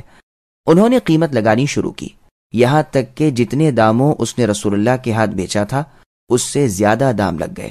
دیہاتی کی نیت پلٹی اور اس نے رسول اللہ کو آواز دے کر کہا، اللہ کے رسول، یا تو لے لیجئے یا میں کسی اور کے ہاتھ بیچ دیتا ہوں۔ رسول اللہ یہ سن کر فرمانے لگے، تو اسے میرے ہاتھ بیچ چکا ہے، پھر یہ کیا کہہ رہا ہے؟ اس نے کہا، نہیں اللہ کی قسم میں نے تو نہیں بیچا۔ رسول اللہ نے فرمایا، غلط کہتا ہے، میرے تیرے درمیان معاملہ ہو چکا ہے۔ اب لوگ ادھر ادھر سے بیچ میں بولنے لگے۔ اس گوار نے کہا یعنی دیہاتی نے، اچھا تو گواہ لائیے کہ میں نے آپ کے ہاتھ بیچ دیا۔ مسلمانوں نے ہر چند کہ اس دیہاتی بدبخت کو دیکھو، رسول اللہ تو اللہ کے پیغمبر ہیں، آپ کی زبان مبارک سے تو حق ہی نکلتا ہے، لیکن وہ یہی کہے چلے جائے کہ لاؤ گواہ پیش کرو۔ اتنے میں خزیمہ ابن ثابت رضی اللہ عنہ آ گئے اور دیہاتی کے قول کو سن کر فرمانے لگے، میں گواہی دیتا ہوں کہ تو نے بیچ دیا ہے اور رسول اللہ کے ہاتھ تو فروخت ہو چکا ہے۔ رسول اللہ نے فرمایا، تم کیسے گواہی دے رہے ہو؟ خزیمہ رضی اللہ عنہ نے فرمایا کہ آپ کی تصدیق اور سچائی کی بنا پر۔ چنانچہ رسول اللہ نے فرما دیا کہ آج سے خزیمہ کی گواہی 2 گواہوں کے برابر ہے۔ پس اس حدیث سے خرید و فروخت پر گواہی ضروری نہ رہی، لیکن احتیاط اسی میں ہے کہ تجارت پر بھی گواہ ہوں، کیونکہ ابن مردوے اور حاکم میں ہے کہ 3 شخص ہیں جو اللہ تعالیٰ سے دعا کرتے ہیں لیکن قبول نہیں کی جاتی۔ ایک تو وہ کہ جس کے گھر بد اخلاق عورت ہو اور وہ اسے طلاق نہ دے، دوسرا وہ شخص جو کسی یتیم کا مال اس کے جوان ہونے سے پہلے ہی اسے سونپ دے، تیسرا وہ شخص جو کسی کو مال قرض دے اور گواہ نہ رکھے۔ امام حاکم اسے شرط بخاری و مسلم پر صحیح بتاتے ہیں، بخاری اور مسلم اس لیے اسے نہیں لائے کہ شعبہ رحمہ اللہ کے شاگرد اس روایت کو ابو موسیٰ الاشعری رضی اللہ عنہ پر موقوف بتلاتے ہیں۔ پھر آگے اللہ فرماتے ہیں کہ کاتب یعنی لکھنے والے کو چاہیے کہ لکھوانے کے خلاف نہ لکھے، اور گواہ کو چاہیے کہ واقعے کے خلاف گواہی نہ دے، نہ گواہی کو چھپائے۔ حسن و قتادہ رحمہم اللہ وغیرہ کا یہی قول ہے۔ ابن عباس رضی اللہ عنہما یہ مطلب بیان کرتے ہیں کہ ان دونوں کو ضرر نہ پہنچایا جائے، مثلا انہیں بلانے کے لیے گئے، وہ کسی اپنے کام کاج میں مشغول ہیں، تو یہ کہنے لگے کہ تم پر یہ فرض ہے کہ اپنا حرج کرو اور چلو، یہ حق انہیں نہیں، اور بہت سے بزرگوں سے بھی یہ مروی ہے۔ پھر آگے ارشاد ہوتا ہے کہ میں جس سے روکوں اس کا کرنا، جس کے کرنے کو کہوں اس سے رک جانا، یہ بدکاری ہے جس کا وبال تم سے چھوٹے گا نہیں۔ پھر آگے اللہ فرماتے ہیں اللہ تعالیٰ سے ڈرو، اللہ کا لحاظ رکھو، اللہ کی فرما برداری کرو، اللہ کے روکے ہوئے کاموں سے رک جاؤ۔ اللہ تعالیٰ تم کو سمجھا اور سکھلا رہے ہیں، جیسے اور جگہ فرمایا یا ایھا الذین آمنوا ان تتقوا اللہ یجعل لکم فرقانا الآیہ، یعنی اے ایمان والو اگر تم اللہ تعالیٰ سے ڈرتے رہو گے تو وہ تم کو دلیل دے دیں گے۔ اور جگہ ہے اے ایمان والو اللہ تعالیٰ سے ڈرو، اللہ کے رسول پر ایمان رکھو، وہ تم کو دوہری رحمتیں دیں گے اور تم کو وہ نور عطا کریں گے جس کی روشنی میں تم چلتے رہو گے۔ پھر اللہ نے فرمایا تمام کاموں کے انجام اور حقیقت سے، ان کی مصلحتوں اور دور اندیشیوں سے اللہ تعالیٰ آگاہ ہیں، اللہ سے کوئی چیز چھپی ہوئی نہیں، اللہ کا علم تمام کائنات کو گھیرے ہوئے ہے اور ہر چیز کا اللہ کو حقیقی علم ہے۔ وَإِن كُنتُمْ عَلَى سَفَرٍ وَلَمْ تَجِدُوا كَاتِبًا فَرِهَانٌ مَّقْبُوضَةٌ فَإِنْ أَمِنَ بَعْضُكُمْ بَعْضًا فَلْيُؤَدِّ الَّذِي اؤْتُمِنَ أَمَانَتَهُ وَلْيَتَّقِ اللَّهَ رَبَّهُ وَلَا تَكْتُمُوا الشَّهَادَةَ وَمَن يَكْتُمْهَا فَإِنَّهُ آثِمٌ قَلْبُهُ وَاللَّهُ بِمَا تَعْمَلُونَ عَلِيمٌ۔ اور اگر تم سفر میں ہو اور لکھنے والا نہ پاؤ تو رہن قبضے میں رکھ لیا کرو۔ ہاں اگر آپس میں ایک دوسرے سے پرامن ہو تو جسے امانت دی گئی ہے وہ اسے ادا کر دے، اور اللہ تعالیٰ سے ڈرتا رہے جو اس کے رب ہیں، اور گواہی کو نہ چھپاؤ، اور جو اسے چھپا لے وہ گنہگار دل والا ہے، اور جو کچھ تم کرتے ہو اسے اللہ تعالیٰ خوب جانتے ہیں۔ سامعین، اب اس آیت کی تفسیر سماعت کیجیے۔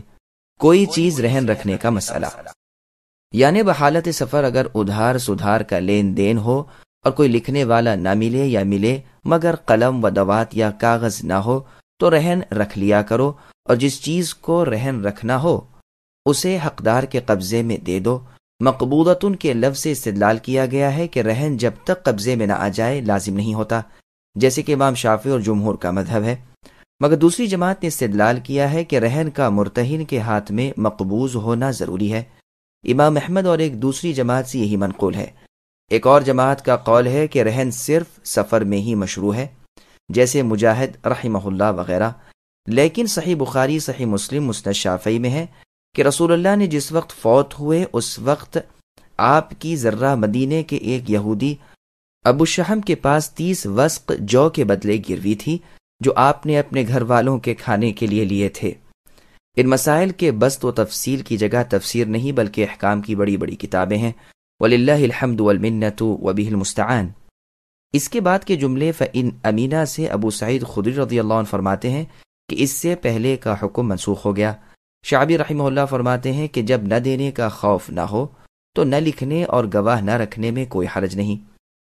شہادت کو نہ چھپاؤ، نہ اس میں خیانت کرو، نہ اس کا اظہار کرنے سے رکو۔ گواہی چھپانے والا گنہگار ہے۔ ابن عباس رضی اللہ عنہما وغیرہ فرماتے ہیں کہ جھوٹی شہادت دینی یا شہادت کو چھپانا کبیرہ گناہ ہے۔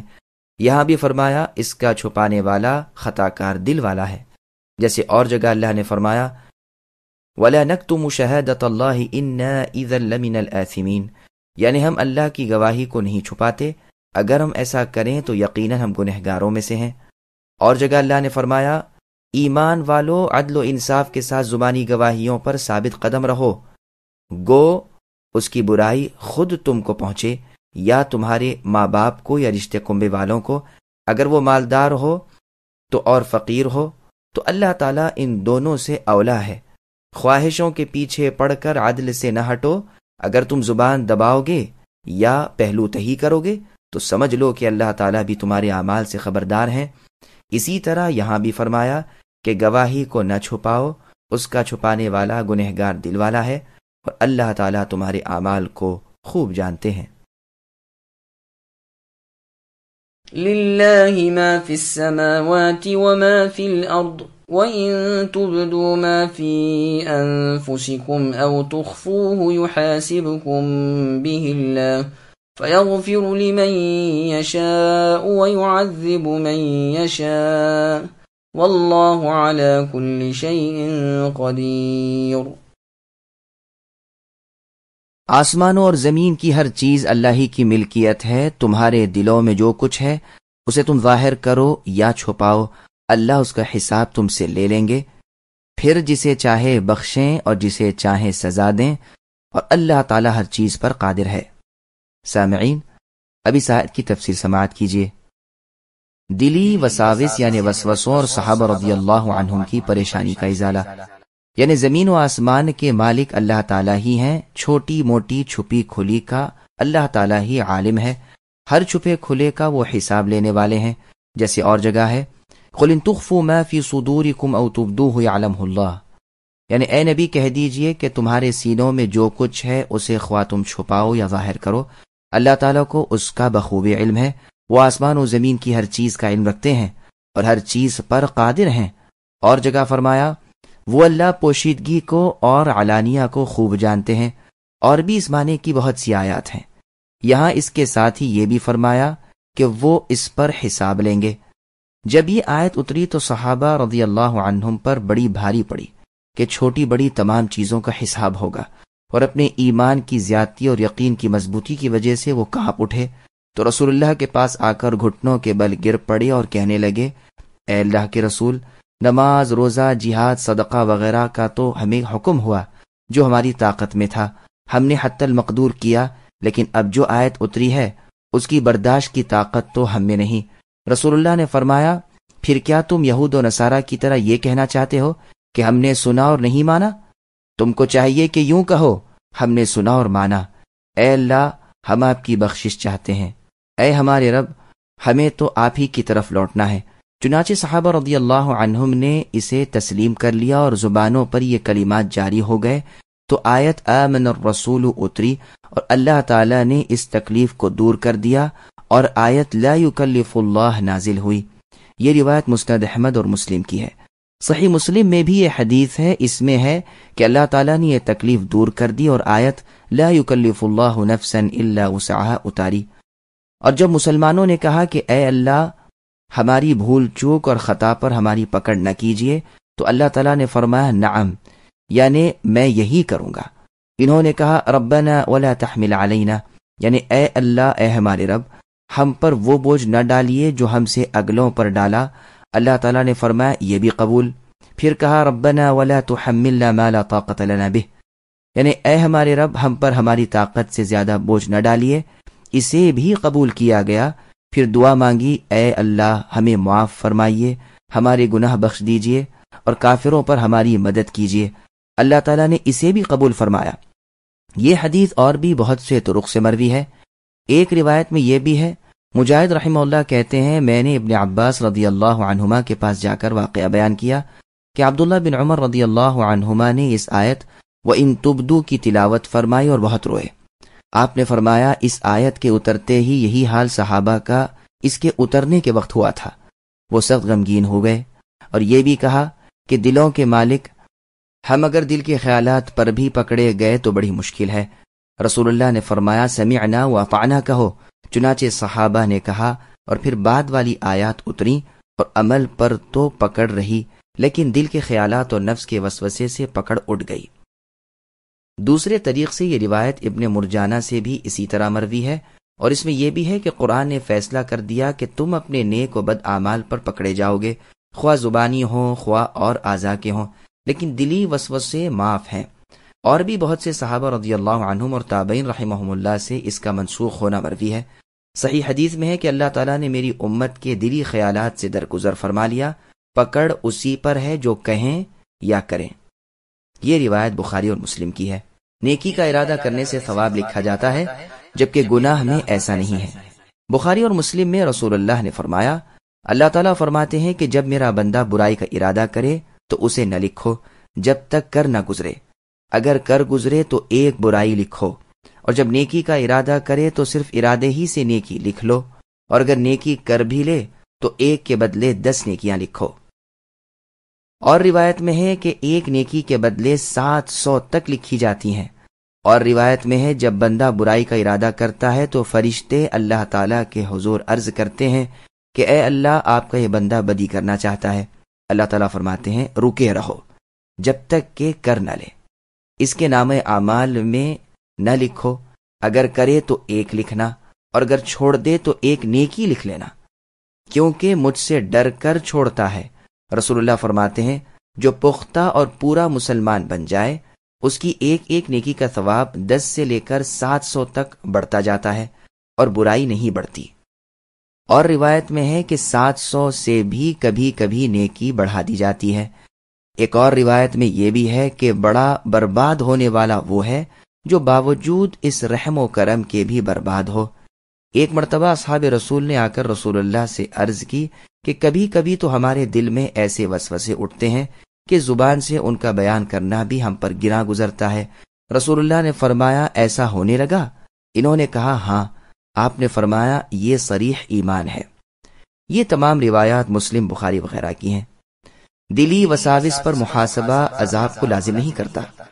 ابن عباس رضی اللہ عنہما سے یہ بھی مروی ہے کہ یہ آیت منسوخ نہیں، بلکہ مطلب یہ ہے کہ قیامت کے دن جب ساری مخلوق کو اللہ تعالیٰ جمع کریں گے تو فرمائیں گے کہ میں تم کو تمہارے دلوں کے بھید بتاتا ہوں جس پر میرے فرشتے بھی آگاہ نہیں۔ مؤمنوں کو تو خبر دے کر پھر معاف فرما دیں گے، خواہ منافق اور شک و شبے والے لوگوں کو ان کی تکذیب کی پوشیدگی پر اطلاع دے کر پھر ان کی پکڑ ہوگی۔ جیسے اور جگہ ہے وَلَٰكِن يُؤَاخِذُكُم بِمَا كَسَبَتْ قُلُوبُكُم، یعنی اللہ تعالیٰ تم کو تمہارے دل کی کمائی پر پکڑیں گے، یعنی دلی شک اور دلی نفاق پر۔ حسن بصری رحمہ اللہ بھی اسے منسوخ نہیں کہتے۔ امام ابن جریر بھی اسی قول کو پسند کرتے ہیں اور فرماتے ہیں کہ حساب اور چیز ہے، عذاب اور چیز ہے۔ حساب لیے جانے کو عذاب کیا جانا لازم نہیں، حساب کے بعد ممکن ہے کہ معاف ہو جائے، اور ممکن ہے پکڑ ہو اور سزا دی جائے۔ چنانچہ ایک حدیث میں ہے کہ ہم طواف کر رہے تھے کہ ایک شخص نے عبداللہ بن عمر رضی اللہ عنہما سے پوچھا کہ آپ نے رسول اللہ سے سرگوشی کے متعلق کیا سنا ہے؟ آپ رضی اللہ عنہ نے فرمایا کہ اللہ کے رسول صلی اللہ علیہ وسلم نے فرمایا اللہ تعالیٰ ایمان والے کو اپنے پاس بلا لیں گے یہاں تک کہ اپنا بازو اس پر رکھ دیں گے، پھر اس سے کہیں گے بتا تو نے فلاں فلاں گناہ کیا، فلاں دن فلاں گناہ کیا۔ وہ غریب اقرار کرتا جائے گا، جب بہت سے گناہوں کا اقرار کر لے گا تو اللہ تعالیٰ فرمائیں گے سن، دنیا میں بھی میں نے تیرے ان عیوب یعنی گناہوں وغیرہ کی پردہ پوشی کی، اور اب آج کے دن میں ان تمام گناہوں کو معاف کر دیتا ہوں۔ اب اسے اس کی نیکیوں کا صحیفہ اس کے داہنے ہاتھ میں دے دیا جائے گا۔ ہاں البتہ کفار و منافق کو تمام مجمع کے سامنے رسوا کیا جائے گا، ان کے گناہ ظاہر کیے جائیں گے اور پکار دیا جائے گا کہ یہ لوگ ہیں جنہوں نے اپنے رب پر جھوٹ باندھا، ان ظالموں پر اللہ کی لعنت ہے۔ یہ روایت بخاری کی ہے اور مسلم میں بھی ہے۔ آمن الرسول بما انزل الیہ من ربہ والمؤمنون كل آمن بالله وملائكته وكتبه ورسله لا نفرق بين أحد من رسله وقالوا سمعنا وأطعنا غفرانك ربنا وإليك المصير لا يكلف الله نفسا إلا وسعها لها ما كسبت وعليها ما اكتسبت ربنا لا تؤاخذنا إن نسينا أو أخطأنا ربنا ولا تحمل علينا إصرا كما حملته على الذين من قبلنا ربنا ولا تحملنا ما لا طاقة لنا به واعف عنا واغفر لنا وارحمنا أنت مولانا فانصرنا على القوم الكافرين۔ رسول مان چکے اس چیز کو جو ان کی طرف اللہ کی جانب سے اتری اور مؤمن بھی مان چکے، یہ سب اللہ تعالیٰ اور اللہ کے فرشتوں اور کتابوں اور اللہ کے رسولوں پر ایمان لائے۔ اللہ کے رسولوں میں سے کسی میں ہم جدائی نہیں کرتے۔ انہوں نے کہہ دیا کہ ہم نے سنا اور مانا، ہم آپ کی بخشش طلب کرتے ہیں اے ہمارے رب۔ اگر ہم بھول گئے ہوں یا خطا کی ہو تو ہمیں نہ پکڑنا، اے اللہ ہم پر وہ بوجھ نہ ڈالیے جو ان لوگوں پر ڈالا تھا جو ہم سے پہلے تھے۔ اے ہمارے رب ہم پر وہ بوجھ نہ ڈالیے جس کی ہمیں طاقت نہ ہو، اور ہم سے درگزر فرمائیے اور ہمیں بخش دیجیے اور ہم پر رحم کیجیے، آپ ہی ہمارے مالک ہیں، ہمیں کافروں کی قوم پر غلبہ عطا فرمائیے۔ سامعین، اب ان آیتوں کی تفسیر سماعت کیجیے۔ سورہ بقرہ کی آخری 2 آیات کی فضیلت۔ ان دونوں آیات کی فضیلت کی احادیث سنیے۔ صحیح بخاری میں ہے، جو شخص ان دونوں آیات کو رات کو پڑھ لے اسے یہ دونوں کافی ہیں۔ مسند احمد میں ہے کہ رسول اللہ نے فرمایا، میں سورہ بقرہ کے خاتمے کی 2 آیات عرش تلے خزانے سے دیا گیا ہوں، مجھ سے پہلے کسی نبی کو یہ نہیں دی گئیں۔ صحیح مسلم میں ہے کہ جب رسول اللہ کو معراج کرائی گئی اور آپ سدرۃ المنتہا یعنی 7ویں آسمان کے آخری کنارے تک پہنچے تو جو چیز آسمان کی طرف چڑھتی ہے وہ یہیں تک ہی پہنچتی ہے اور یہاں سے لے لی جاتی ہے، اور جو چیز اوپر سے اترتی ہے وہ بھی یہیں تک پہنچتی ہے، پھر یہاں سے لے لی جاتی ہے۔ اسے سونے کی ٹڈیاں ڈھکے ہوئے تھیں۔ وہاں رسول اللہ کو 3 چیزیں دی گئیں، 5 وقت کی نمازیں، سورہ بقرہ کے خاتمے کی 2 آیات، اور توحید والوں کے تمام گناہوں کی بخشش۔ ابن مردویہ میں ہے کہ ہمیں لوگوں پر 3 فضیلتیں دی گئی ہیں۔ میں سورۃ البقرہ کی آخری آیات عرش تلے کے خزانوں سے دیا گیا ہوں، جو نہ مجھ سے پہلے کسی کو دی گئیں نہ میرے بعد کسی کو دی جائیں گی۔ ترمذی میں ہے کہ اللہ تعالیٰ نے آسمان و زمین کو پیدا کرنے سے 2000 برس پہلے ایک کتاب لکھی، جس میں سے 2 آیات اتار کر سورہ بقرہ ختم کی۔ جس گھر میں یہ 3 راتوں تک پڑھی جائیں اس گھر کے قریب بھی شیطان نہیں جا سکتا۔ امام ترمذی رحمہ اللہ اسے غریب بتاتے ہیں، لیکن حاکم اپنی مستدرک میں اسے صحیح کہتے ہیں۔ صحیح مسلم کی حدیث میں ہے کہ ہم رسول اللہ صلی اللہ علیہ وسلم کے پاس بیٹھے ہوئے تھے، جبریل علیہ السلام بھی تھے کہ اچانک ایک دہشت ناک بہت بڑے دھماکے کی آواز آسمان سے آئی۔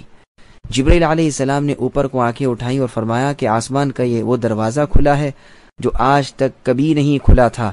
اس سے ایک فرشتہ اترا، اس نے رسول اللہ سے کہا، آپ خوش ہو جائیے، آپ کو وہ 2 نور دیے جاتے ہیں جو آپ سے پہلے کسی نبی کو نہیں دیے گئے، سورہ فاتحہ اور سورہ بقرہ کی آخری 2 آیات۔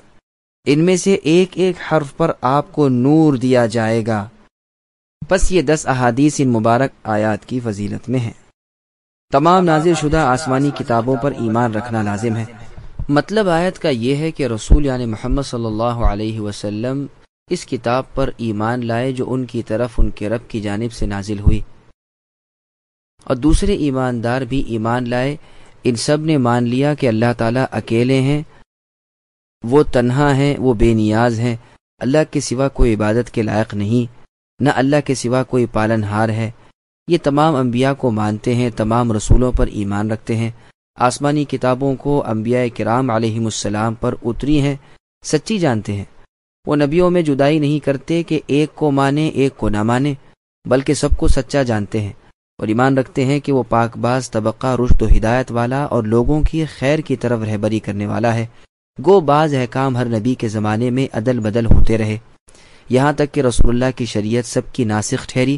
خاتم الانبیاء والمرسلین آپ تھے، قیامت تک آپ کی شریعت باقی رہے گی اور ایک جماعت اس کی اتباع بھی کرتی رہے گی۔ انہوں نے اقرار بھی کیا کہ ہم نے کلام اللہ سنا اور احکام الہی ہمیں تسلیم ہے۔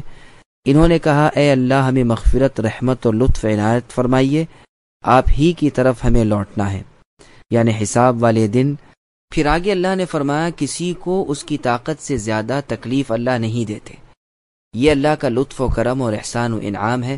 صحابہ کو جو کھٹکا ہوا تھا اور ان پر جو یہ فرمان گراں گزرا تھا کہ دل کے خیالات پر بھی حساب لیا جائے گا، وہ حرج اس آیت سے اٹھ گیا۔ مطلب یہ ہے کہ گو حساب ہو، سوال ہو، لیکن جو چیز طاقت سے باہر ہے اس پر عذاب نہیں، کیونکہ دل میں کسی خیال کا دفعتاً یعنی اچانک آ جانا روکے رک نہیں سکتا، بلکہ حدیث سے یہ بھی معلوم ہو چکا کہ ایسے وسوسوں کو برا جاننا دلیل ہے ایمان کی، بلکہ اپنی اپنی کرنی، اپنی اپنی بھرنی، اعمال صالحہ کرو گے جزا پاؤ گے، اعمال خبیثہ کرو گے سزا بھگتو گے۔ پھر دعا کی اللہ نے تعلیم کی اور اس کی قبولیت کا وعدہ فرمایا کہ اے اللہ بھولے چوکے جو احکام ہم سے چھوٹ گئے ہوں، یا جو برے کام ہو گئے ہوں، یا شرعی احکام میں غلطی کر کے جو خلاف شرع کام ہم سے ہو گئے ہوں، وہ معاف فرمائیے۔ پہلے صحیح مسلم کے حوالے سے حدیث گزر چکی ہے کہ اس دعا کے جواب میں اللہ تعالیٰ نے فرمایا میں نے اسے قبول فرما لیا، میں نے یہی کیا۔ اور حدیث میں آ چکا کہ میری امت کی بھول چوک معاف ہے، اور جو کام زبردستی کرائے جائیں وہ بھی معاف ہے۔ اے اللہ ہم پر مشکل اور سخت اعمال کی مشقت نہ ڈالیے، جیسے اگلے دین والوں پر سخت سخت احکام تھے جو رسول اللہ کو نبی رحمت بنا کر بھیج کر دور ہو گئے، اور آپ کو ایک طرفہ سہل اور آسان دین دیا گیا، یہ بھی پروردگار نے قبول فرمایا۔ اے اللہ وہ تکلیفیں، بلائیں اور مشقتیں ہم پر نہ ڈالیے جن کی برداشت کی طاقت ہمیں نہیں۔ مکحول رحمہ اللہ فرماتے ہیں کہ اس سے مراد فریب اور غلبہ شہوت ہے۔ اس کے جواب میں بھی قبولیت کا اعلان اللہ کی طرف سے کیا گیا، اور ہماری تقصیروں یعنی قصوروں کو معاف فرمائیے جو آپ کی راہ میں ہوئی ہیں، اور ہمارے گناہوں کو بخش دیجیے، ہماری برائیوں اور بدعملیوں کی پردہ پوشی کیجیے، ہم پر رحم و کرم کرتے رہیے کہ پھر ہم سے آپ کی مرضی کے خلاف کا کوئی کام نہ ہو۔ اسی لیے سلف صالحین کے بزرگوں کا قول ہے کہ گنہگار کو 3 باتوں کی ضرورت ہے۔ ایک تو اللہ کی معافی کی تاکہ عذاب سے نجات پائے، دوسرے پردہ پوشی کی تاکہ رسوائی سے بچے، تیسرے عصمت کی تاکہ وہ دوبارہ گناہ میں مبتلا نہ ہو۔ اس پر بھی اللہ تعالیٰ نے قبولیت کا اعلان کیا۔ اے اللہ آپ ہمارے والی یعنی ذمہ دار اور ناصر یعنی مددگار ہیں، آپ ہی پر ہمارا بھروسہ ہے، آپ ہی سے ہم مدد طلب کرتے ہیں، آپ ہی ہمارے سہارا ہیں، آپ سے ہم مدد طلب کرتے ہیں، آپ ہی ہمارے سہارا ہیں۔ آپ کی مدد کے سوا نہ تو ہم سے کسی نفع کے حاصل کرنے پر قادر ہیں، نہ کسی برائی سے بچ سکتے ہیں۔ آپ ہماری ان لوگوں پر مدد کیجیے جو آپ کے دین کے منکر ہیں، آپ کی وحدانیت کو نہیں مانتے، آپ کے نبی محمد صلی اللہ علیہ وسلم کی رسالت کو تسلیم نہیں کرتے، آپ کے ساتھ دوسروں کی عبادت کرتے ہیں، مشرک ہیں۔ اے اللہ آپ ہمیں ان پر غالب کیجیے دنیا اور دین میں، اور ہم ان کے مقابلے میں کامیاب رہیں۔ اس کے جواب میں بھی اللہ نے فرمایا ہاں میں نے یہ بھی کر دیا۔ معاذ رضی اللہ عنہ جب اس آیت کو ختم کرتے آمین کہتے۔